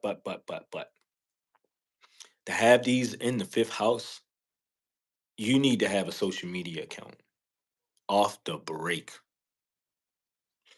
The thing is that you need to mind your tongue, though.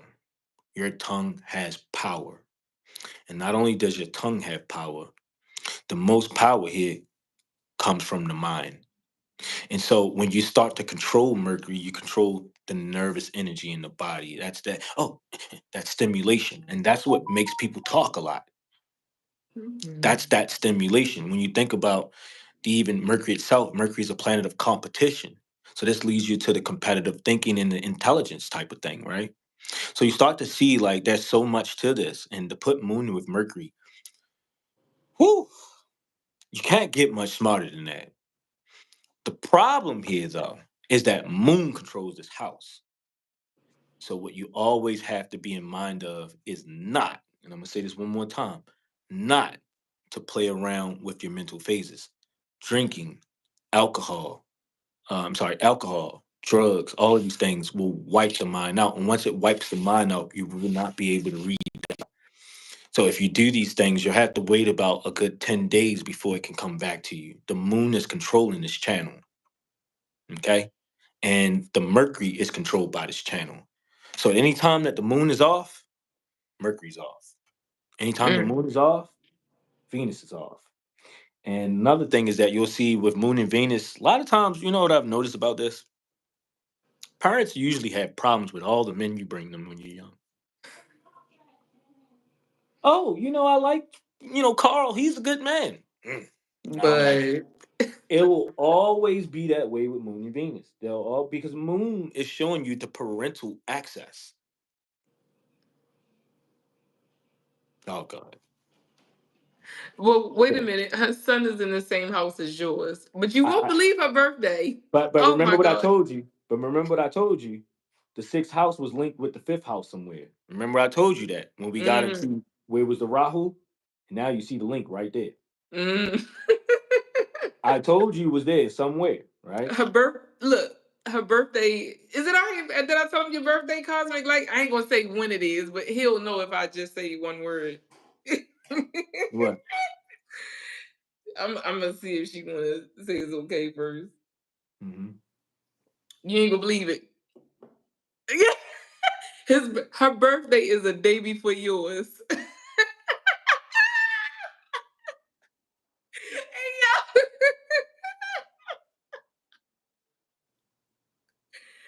Yo. So when I see her child, I was like, whoa. And you know who birthday that is. So her birthday can't be in the same house then if her birthday's behind mine. That would be a sun in Gemini in That's Sidereal. what So that's what I was that's talking a about. right, but she said I it don't was know in the what she was same talking house. about. Right, right. Yes, I cut off all of that, even the herb as of recent. Right. So the sun would be in the fourth house. That's likely telling you that father was more than likely not in the home here. Um,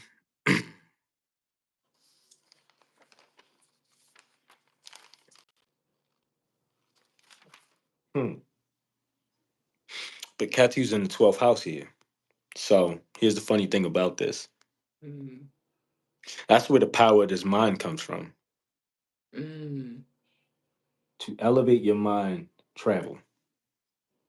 This will mm, help you balance out your mental process here. Matter of fact, I'll give you one better. Whenever you travel, whatever it is that you want to write, whatever it is you want to teach, it will come to you in that time. mm, Just think of it like that. And this is because Mercury is ruled here going into that fifth house. So that's why it's a lot of qualified energy in this chart. I think her sun would be somewhere around 20 to 21 degrees of Gemini in the sidereal system. So powerful. Purnavasi is actually ruled by the goddess Aditi. And Aditi is the mother of all the Adityas, um, the Rudras. She mothers everything. She created all the gods in the universe, in a sense. Not Brahma, Vishnu, and Shiva, but all the rest of the gods, that is.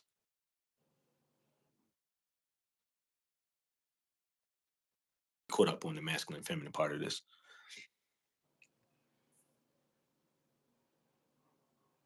yeah, your son Right. of him I is in the don't fifth house. MC. I hope you're not looking at a tropical chart, sis, because I don't know what an MC is. I think they call it is it the midheaven or something? I don't know. Let me shut up. But yeah, Right. it's That's 21 not a degrees Vedic in the thing. sun spot on. Wow. I Hmm. told you you was gonna be in for Now a that would treat. be Vedic. Correct. So that means there's probably somewhere around 20, I'm sorry, about 14 degrees Cancer in the tropical system. That's really deep to be a 1-5 in itself. But I'm showing you a lot of qualified beauty here because the sun is also exalted. So that means that when you travel, okay, this will find your identity at some point in your life Mm, automatically when you travel. This will heal a lot of the problems that you have that you're trying to figure out. Remember, the sun is your inner vitality. Oh, okay, no problem, no problem. Thank you. Mercury, Moon, and Venus in the same house. Yep, yep, I got Mhm. you. So that sun, and see, minutes are required for me to know the rest of this because it's close. It could be in either Ashwini or it can be in Bharani. So if the sun is at 21, let me think here. Hmm. Well, you think they love star? Did you come up with? Did you get the app going yet? Mhm.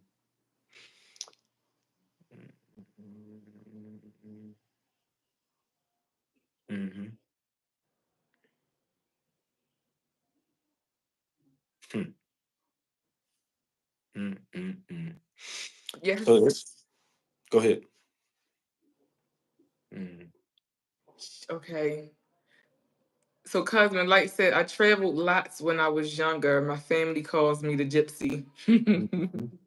Yeah, it's funny. It's a traveling star. You know, my son is in Purnavasu, and it also aspects my ninth house, which also speaks about my father traveling a lot. And also me. If you notice, I travel a lot. Purnavasu is ruled by Jupiter. Any Jupiterian nakshatra needs to travel. And avid reader. You talk about the boundless wisdom of a DT.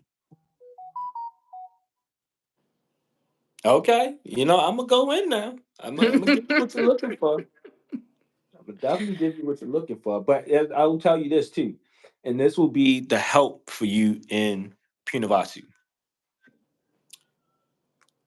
When I went to college, right, it's something I learned, right, and I didn't even know it because certain things were coming to me when I was young, but I didn't figure it out. When I went to college, I was so lost. I was going to school for computer programming, had no understanding of programming. I didn't even do any of the math in high school. So when I went to college, there was so many people that were ahead of me in the school because I went to Colorado and went to school. So I'm from Maryland. And what I noticed about Punavasu is that the word Puna and Vasu, the word Puna means return, and Vasu means Mhm. light. Repetition is the game for people in Purnavasu. Mm. If you want to mimic something, just work at it. But to learn something, all you need to do is just keep listening to it. You don't have to put no work in. One day it'll just ping. Like you can listen to a rap song for 4 days straight, and on the fifth day you'd be like, you'll just start rapping the song. You'll know all of it. So like Punavasu is a place where your repetition will actually qualify the sun there. So everything deals with repetition. If you have a problem in the business, stop it, start it again. You will figure it out. Absolutely. Yes, ma'am. Yes, ma'am. Okay. But They love star. I need degrees for everything, and make sure it's sidereal.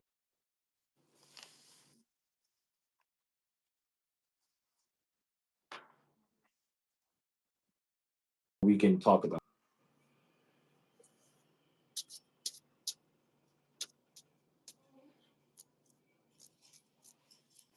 I told you he was gonna join that cosmic light. I told you.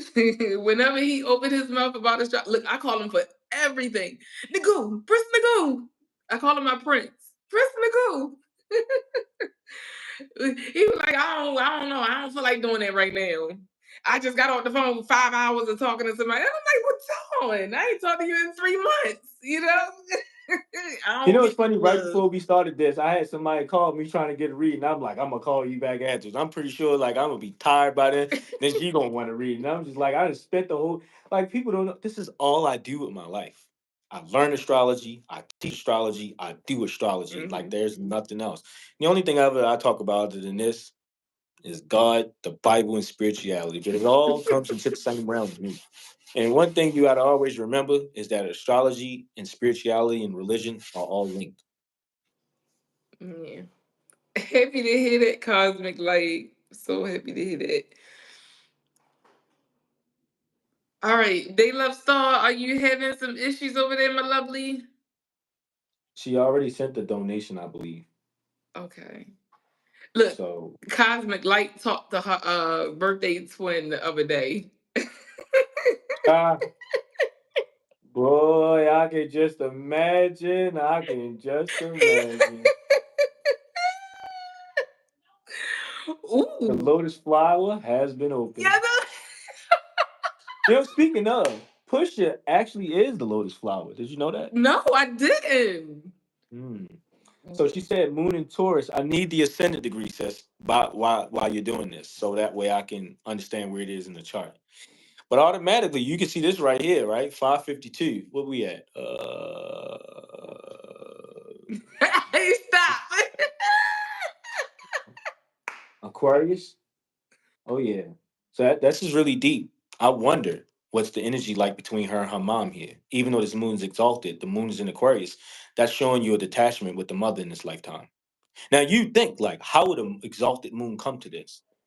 The Padas of the nakshatras tell the rest because she's in what's called the Aquarius Kama Pada. Very sexual energy here. Oh my God, sexual energy. And she's a powerful motivator, by the way. But the likelihood, okay, ascendant Cancer at 16 degrees to also Pusha, another teacher. This Brihaspati, you'll notice that a lot of people that are doing what we're doing, that are great at this, I know, I was about to say that because Kartikeya in the story teaches about that adoption, Mm. right? And if you notice, my ascendant is Kritika in the Navamsha.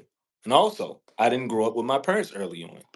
So that's why I was trying to say that it's about that Kritika and Nakshatra. You can always see that those problems exist, right? Mm.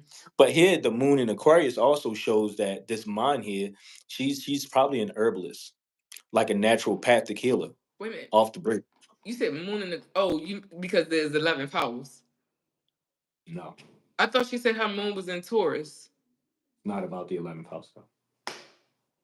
You said the moon in Aquarius. Correct.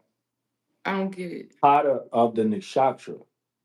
So that's why I need the degrees so I can see where that's four padas in every nakshatra. There's 13 degrees, 20 minutes. Every 3 degrees, 20 minutes, a new pada. Fire, earth, air, water. So that means the Sagittarius, Capricorn, Aquarius, Pisces, Aries, Taurus, Gemini, Cancer, Leo, Virgo, Libra, Scorpio. These padas all goes into what we know as the Navamsha or the D9 chart. So that's why we can tell that this young lady, sorry, and I don't know if you're young, but I'm just being respectful. This lady right here, she would have this energy, right? The moon's exalted. So that means she was given the goods from someone, but it's also in the process of that nakshatra. And if that nakshatra is going to go in an enemy like state, like Aquarius, see, Aquarius tells us where we lose things. Mm. If she buys perils, she will lose them. Think about it. You see, the Aquarius is showing the separation. So that's showing you the separation from the parent, from the Aquarius, not the Taurus. If this was a different Potter, wouldn't be the same situation. Gotcha. You see, the Aquarius is showing us the separation. You see, Aquarius shows us a karmic signature of Rahu, just like Scorpio shows us a karmic signature of Ketu. But let me get back to this. So now let's get to what place this is in the nakshatra, in the Navamsha. So this is where the calculation and the math comes into play. I love it. So let me see, 552, 6 degrees, 40 minutes. So that means that we'll be mm, about 23 degrees. Let me think about 23 degrees. I would say that this probably is Purva Bhadrapada. Oh, this is fierce activity here. Boy, man. Mm-mm-mm. Oh, this is a smart cookie here. Let me tell you something. But this is the sacrificial altar, and you have to give up this to the sacrificial altar here in the moon's pot. Remember we was talking about earlier about Purva Bhadrapada and the Baphomet goat? This is where that secret information comes from. Mm. And if you think about the ascendant, now I can get to that pada, right? She's in a Scorpio pada. So that means that this would be in her ninth house. Mm. No, did I say that right? The fourth house. So that means your mother more than likely has to leave this earth. Oh, listen to me. The mother has to leave this earth before the secrets of the universe are revealed. And even if they're revealed before that time, cannot truly understand it. Mm. Damn. So is this, are you talking about her birth mother or the one that adopted her? No, birth mother. It's really deep because you see, when you think about the fourth house of the Navamsha, a lot of people, when they learn the Navamsha, this D9 chart, they just look at it house one, house two, house three. But technically, it actually starts from Sagittarius. Sagittarius, Capricorn, Aquarius, Pisces. You see, Pisces in the 12th house is where we lose something. Mm. My moon is in the fourth house. And guess what? I couldn't get to where I was doing until that Wow. person had to leave the earth. That is so deep you say that though. hmm hmm hmm So this is the understanding. She has the goods, and she's supposed to be a naturopathic healer with this moon in Aquarius. You see this energy. Oh my gosh, because there's a psychic energy within this person. But there you go, there you go, and that's what you had to give up on the altar. Mm. Just like what we was talking about Abraham and that sacrificial altar. You see, the moon is also the material processes because the moon connects to everything outside of ourselves. The sun is about things inside of ourselves. This is why you don't want to just use the sun to connect yourself to people, right? But when you look at this moon, right, and you look at the ascendant, first lord is in the 11th house, exalted, natural, ton yoga. And the word ton or tana deals with wealth. Peep the mission. Mm. Jupiterian nakshatra. That means that the knowledge of the past is going to come to you. And I can tell you right now, here's the funny thing about this. I don't know where you've been at with this information, but as soon as you start learning about Egypt, it'll all come full circle. It's always the Egyptians come into play. Don't ask me why. But the knowledge of this wisdom will teach you things beyond your understanding. You see, when you talk about Purva Bhajapata, they call it the front cot, right? The front bed of the star. It's two stars together. They call them the Bhadrapadas. Purva starts in 20 degrees, going to 3 degrees, 20 minutes. Starts at 20 degrees Aquarius, going into 3 degrees, 20 minutes of Pisces. And then Uttara Bhadrapada goes from 3 degrees, 20 minutes to 16 degrees, 40 minutes of Pisces. In the first part, Purva Bhadrapada is the front bed of the cot. But when you go to bed, what do you go to bed for? What do you get in the bed for? To sleep. And where does sleep take you? Mm. To the The real one. spiritual world. Think about it. And that's why we must give up things to get over that altar because it's something that's hindering us. It's so deep. That's why so many things get lost in the Christ and so many things you have to separate from. That's why it's the place of renunciation. You look at all three nakshatras, Mars, Rahu, and Jupiter. Danishta, Shadabisha, Jupiter, right? I know. Think about it. Think about it. Peep it. The Mars is propelling you to high heights. Rahu is teaching us the invincibility or the immortality, which we learn through health and medicine. Mm. But Jupiter, aha, is where we learn to open up that cosmic ocean of understanding, which is why that dangerous symbol is there. Because remember, this is the understanding of the universe and cosmic law. And if used the wrong way, remember those 7 lifetimes of bad or good luck. This is why we must first sacrifice things on the altar because those become the things that detract. Our desires and our ego is what stops us from understanding and seeing God. And so when you think about Rahu in Aquarius itself, it is the house of science, right? Scientific understandings of nature, stars, all the things that we call these new age technologies. And before we can actually see and truly understand them, we have to renunciate. And that's what we learn on the altar of Purva Bhajapata. It's really deep.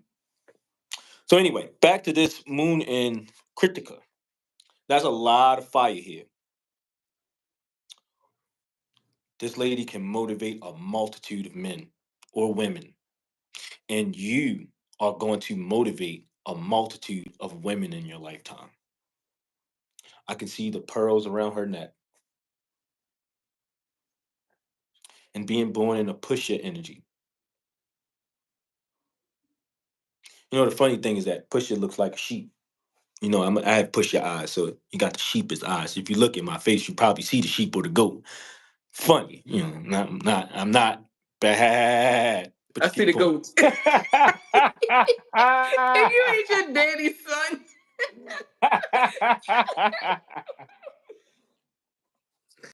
you're funny.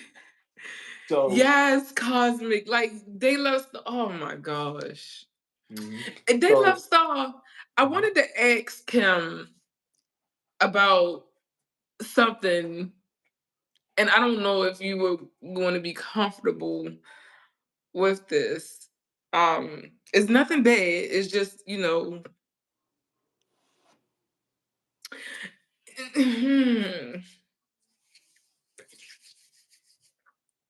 it's hard for her to see herself like that. That's so crazy. Everyone else can see it though. Okay, so her sleep patterns and sleep habits mhm, are off. mhm, Is there any advice you can give her or help her to understand how she can get to this place because she is so gifted. Oh my gosh, she is gifted. mhm, And I know she needs more rest because that is the real world that she goes to. And it's like something is keeping her from there. mhm, You mhm, see what she put in the chat, Nicole? mhm, mhm. I would need to see the full chart for this. I can't get Mm. through all of this information without seeing the chart because that's a mountain of things I need to look at. I probably need to look at the D30, the D9, the D1. I would need to see a few different charts before I give you too many conclusions on this. One thing that I can tell you is that sleep deals with the moon, sleep deals with the 12th house, and also the fourth house. So in this chart, you see you got Venus here, and this is why I need all the rest of the planetary degrees. So I can't get into that information. When you bring me your chart, we can talk about this, okay? And more than likely, Jupiter played a huge role into this because Jupiter activates at the age of 16. And you see that Jupiter is in that energy right there. So the likelihood is that there's some sort of combustion going on with these planets. Yeah, that might be true. Empty houses don't mean that it's empty. Okay. When a planet, think about chakra system: crown, ajna, throat, love, solar plexus, sacral, root. Like when we look at an astrology chart, that's what we're looking at. And planets are making a union, what we call in Vedic astrology, what's called a UT, a marriage, a union, right? And so there is no places that are empty in a chart. Everything is aspect in everything at some point. Okay. So that's what we must understand. Um, but that Mercury is ruling, and you said the Mercury is in Cancer, and Mercury, I see Moon and Venus is already in a Parvatan yoga state. So there's a lot of things that I would need to see here. Um, hmm. And then I need to get into the health aspect of narcolepsy as well. I know a little bit about it, but not too much. So once I get a chance to see it, I can try to see what type of vitamins and minerals that the body is not producing well. But automatically, you know, when you look at the body itself, you have to be able to process between the melatonin and the serotonin. And so the likelihood is the moon has some sort of issues, then that means the moon deals with night. Okay. So yeah, right. But I still would need to see the rest of the chart, sis. I'll be asking you for everything at this point because for me to be able to see your health, I need to see everything that's surrounding it, all aspects and everything. So just save that for a full reading, and we'll talk about that when we get into the reading. Um, yeah, that's a little bit of beyond what we're doing right now. So yeah, just link up with me. Most of you guys should be able to reach my Instagram, Nagu the Astrologer. You should be easy to find me, NGU the Astrologer. Look me up, send me a message so that way we can schedule some sort of time where we can chat and get to the rest of this information. But I cut you off from doing her reading, what you was doing. So can you continue that? My apologies. I really would like for her to, yeah. So, 5 degrees of Taurus. Um, I don't know if you know this a lot, but I can see your mother, if she's not here in the sky, she is grateful to have had you as a child. Mooney and 11th house people, really deep, really deep. And whether you know it or not, you are blessed beyond measure in this lifetime.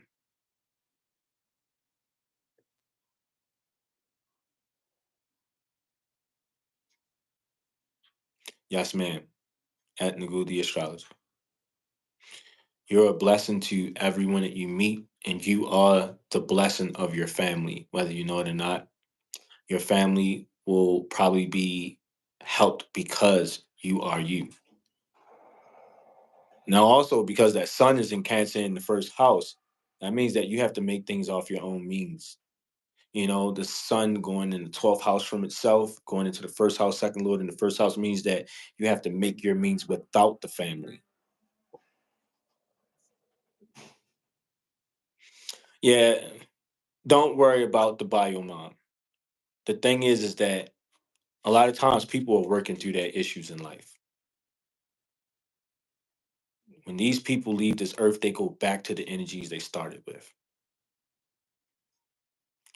You will be the light of this family, period. Whether it's the whatever family that you touch, right?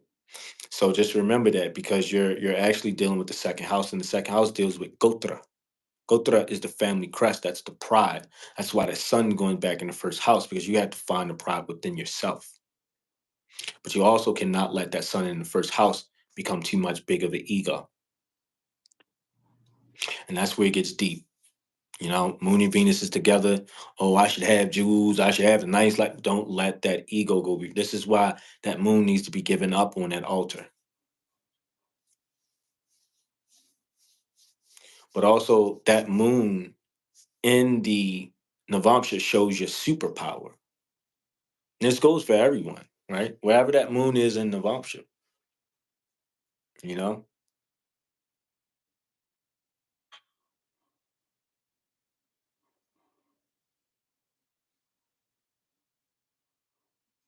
Yes, man.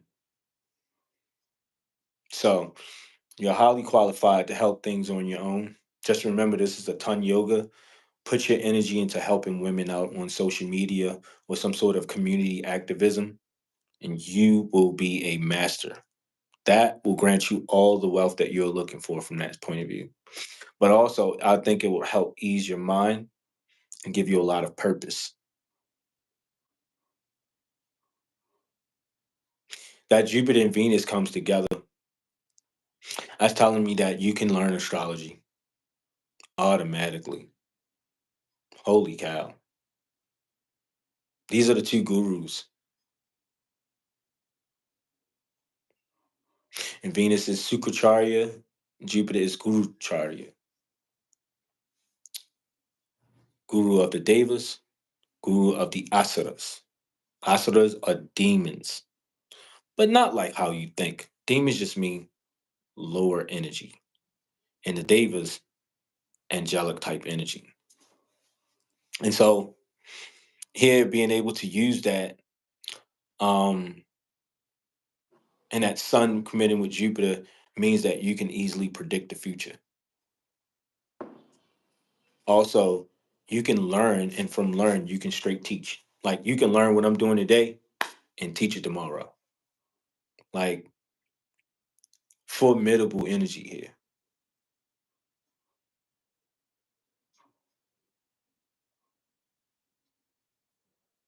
You just have to watch your aggressiveness. Your aggressiveness is what will turn some people off at times because you're beautiful and I can see the sweetness and the value of it. But when that moon in Aquarius jumps, that is the male lion. And it is not like any other nakshatra. It can be very sharp and very ferocious at times. Yeah. Mm-hmm. Wolves do bite. Wolves do bite. You're right. So yeah, very important energy there. And that moon in Taurus, is actually a rehabilitation energy. When you think about it, you're here to rehabilitate people, do that love and support that the moon gives. And possibly do things like food, by the way. And I forgot all about we got that moon and Venus together. hmm So very qualified energy. If you don't cook for a living already, or teaching people about the health of food already, that's where you need to be. And You I ain't gonna mean, believe what like, she. You ain't gonna believe what she sit home and do every day. what? What? I ain't even gonna, if she wanted. Look at. I'm trying to tell you, man. You got to be on it, man. And the Jupiter will show the fruit, which is why it's with the Venus, Lord of this house. That's why I'm trying to say, like, it has to be food related, like juices, fruits, food. But you need to be helping and healing people. You need to put yourself out on the front street. You're meant to be famous within your communities. You're meant to be famous within. I'm gonna say this one more time. You were meant to teach this to women. Mm. Period. Stick to the women. Have to go where the chart is telling you where to go. And one thing that I see is knobs. The symbol of Critica is a knife or a razor. hmm Dice that fruit. But also that Critica can cut deep, which is what I was actually talking about. Critica can cut deep when it comes to people. It can cut deep. And I'm talking about your words. So you have to beware of that fire. That fire is so heavy that when that fire comes, it has to be tamed, which also deals with things like sex. Now I know you're a little bit older, but just think about that. I don't know where you're at in that. But that fire has to be tamed, right? But I can see a beautiful energy of light around your face. Beautiful energy of light around your face. Um,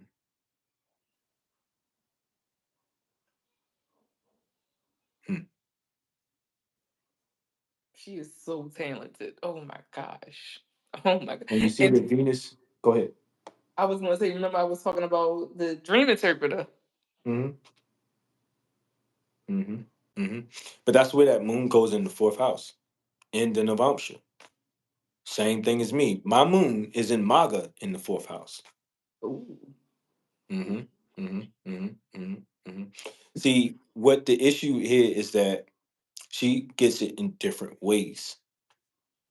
I'm gonna tell you right now, your dreams can teach you everything you need to know about the things around you. And Mm. that's where your ancestral gift really is, because it's when you actually sleep that you'll be able to get to that place. So don't take your sleep for granted.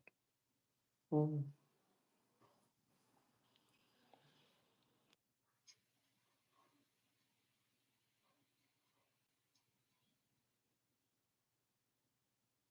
That's right. That's right. Very powerful energy. And the deity of Kritika is Agni, which is the god of fire, which represents the sun. So that's why that fire has to be tamed at some point in your life. The internal fire. And that internal fire actually teaches us to become the thing that we do. and it comes from so many, you know, it's the energy in our lives, like when we go through things and we have that energy to motivate and to, to rehabilitate people. But why is that? You see, everything has a karma, and that's because of what you went through early in your life. The fact is that moon is right there in the 11th house. So we see something spanning out probably even at the age of 11 here. It's really deep when you think about this. But I'll leave it there. Hopefully what I said was helpful. That's right. And that's why the sleep thing is very important to you, because you see, everything is first chemical, then it's spiritual. The moon functions to show the circulation of our blood. And what that's showing you, especially if this Venus is combusted by the sun, that's somewhere that something is seeping out of the blood. That's why I need to be able to see the rest of the chart, see what this chemical disposition is. Actually doing all this reading just taught me something today that I never even thought about. Thank y'all. I appreciate y'all. And I've been doing astrology for a long time. And somehow I still learn as I teach. hmm hmm So I'll leave it there. Hopefully what I said was helpful, okay? That was amazing. Did anyone have any other questions? They Love Star, was that satisfactory? Because she was like, I'm scared. That's that 22 energy. Yes, yes, yes. Oh, look at Thank you. that. She's such a beautiful The funny baby. thing about astrology and doing astrology is you'll see me sitting up here doing all of this. But I just want y'all to think about this conundrum. I'm using my spiritual gift, whether you guys know it or not. This is not just an astrology chart, okay? But here's the funny thing about this. How do you know the things that you're saying is actually correct? When people get into a reading, you sit there and think about it, right? I never go into a reading thinking I always know what I'm going to say or how it's going to span out. The real truth of it is that I take every astrology reading differently. I don't look at it, oh, I got this. I look at it as, you know what? Let me be your humble servant, Lord. Help me. But that's the truth of it, is because you don't have a lock on these gifts and understanding or wisdom. So I want to tell y'all something that I always do is I give thanks to my ancestors at all times. I give thanks to the Most High at all times. If it was not for them, there would be no me and there would be no gift. It's really deep, I never look at these astrology readings because there's times when I try to read and it's just, I don't be in the right spirit. I might be depleted some good energy, didn't have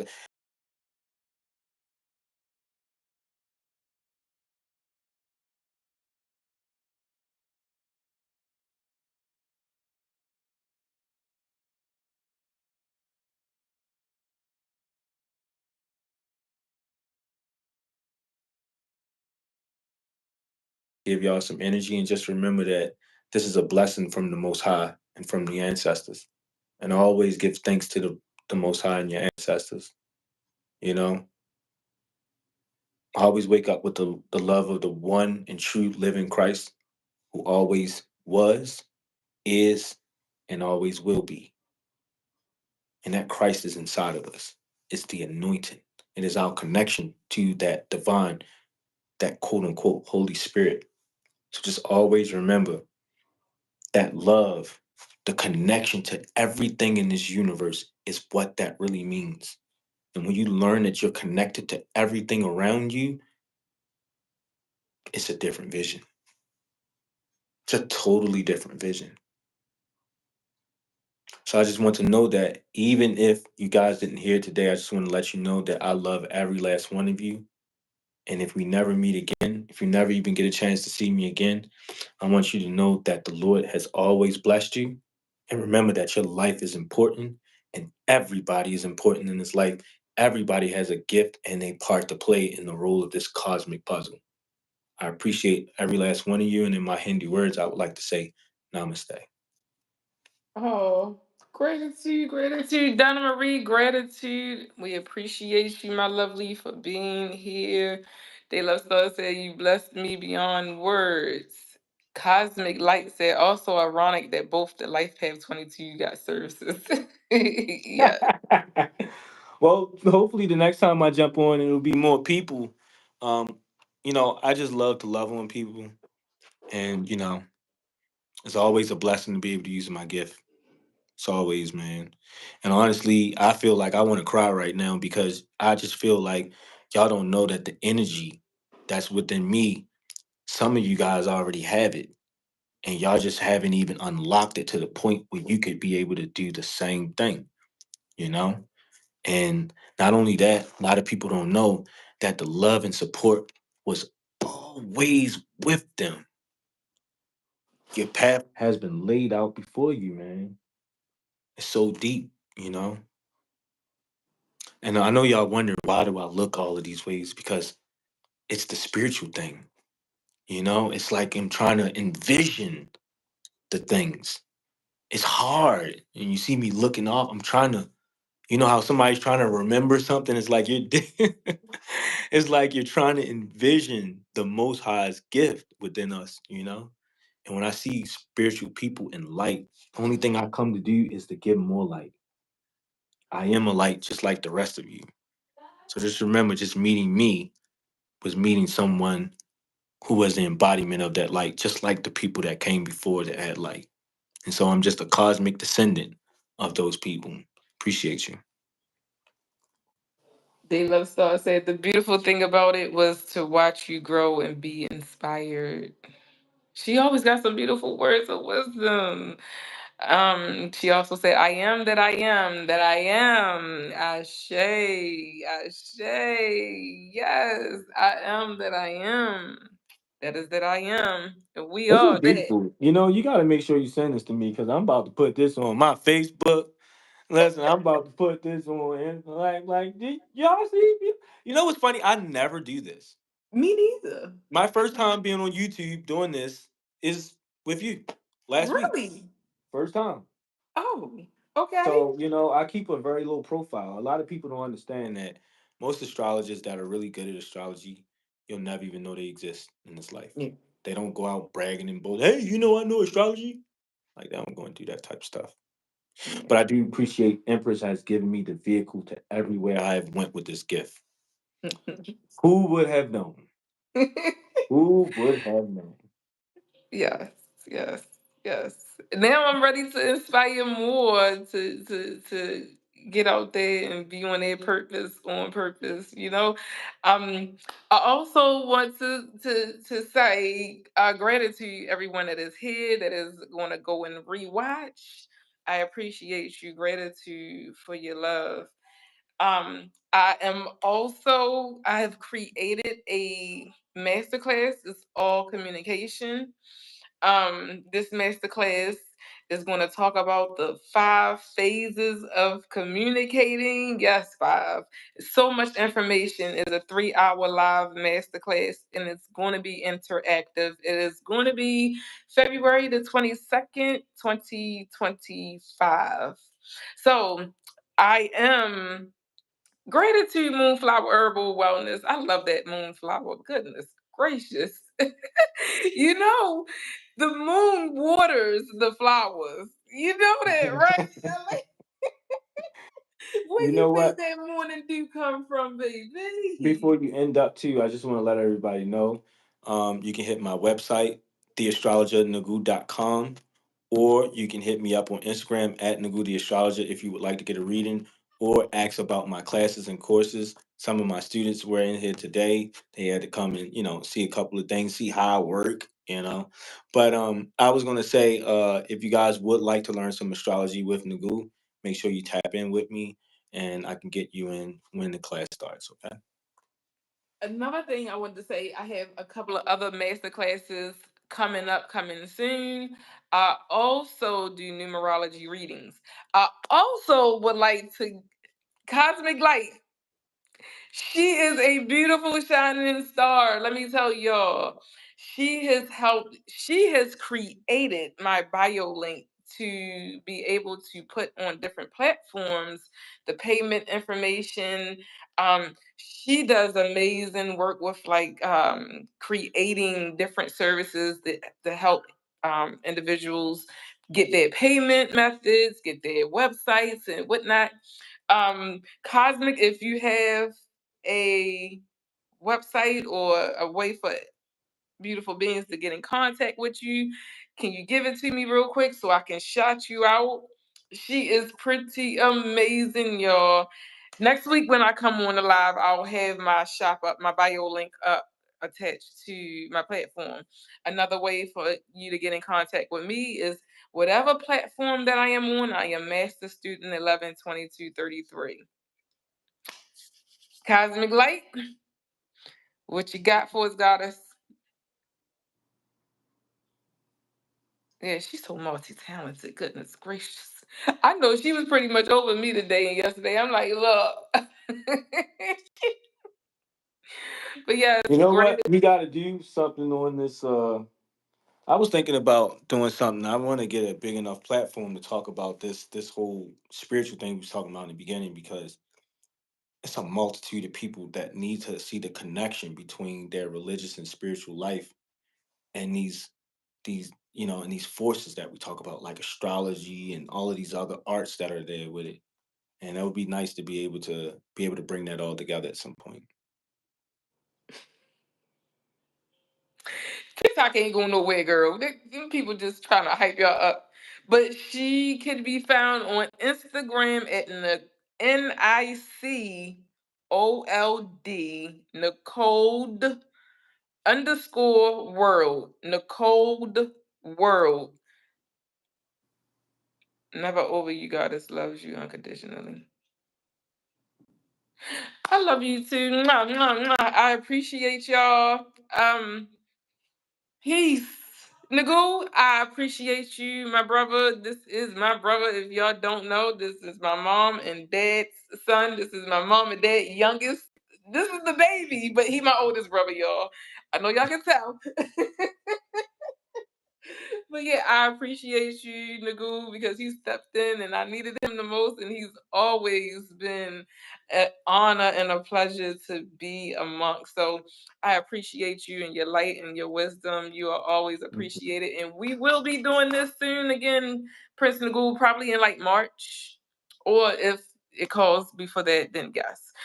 Peace, two, two, two. I love y'all.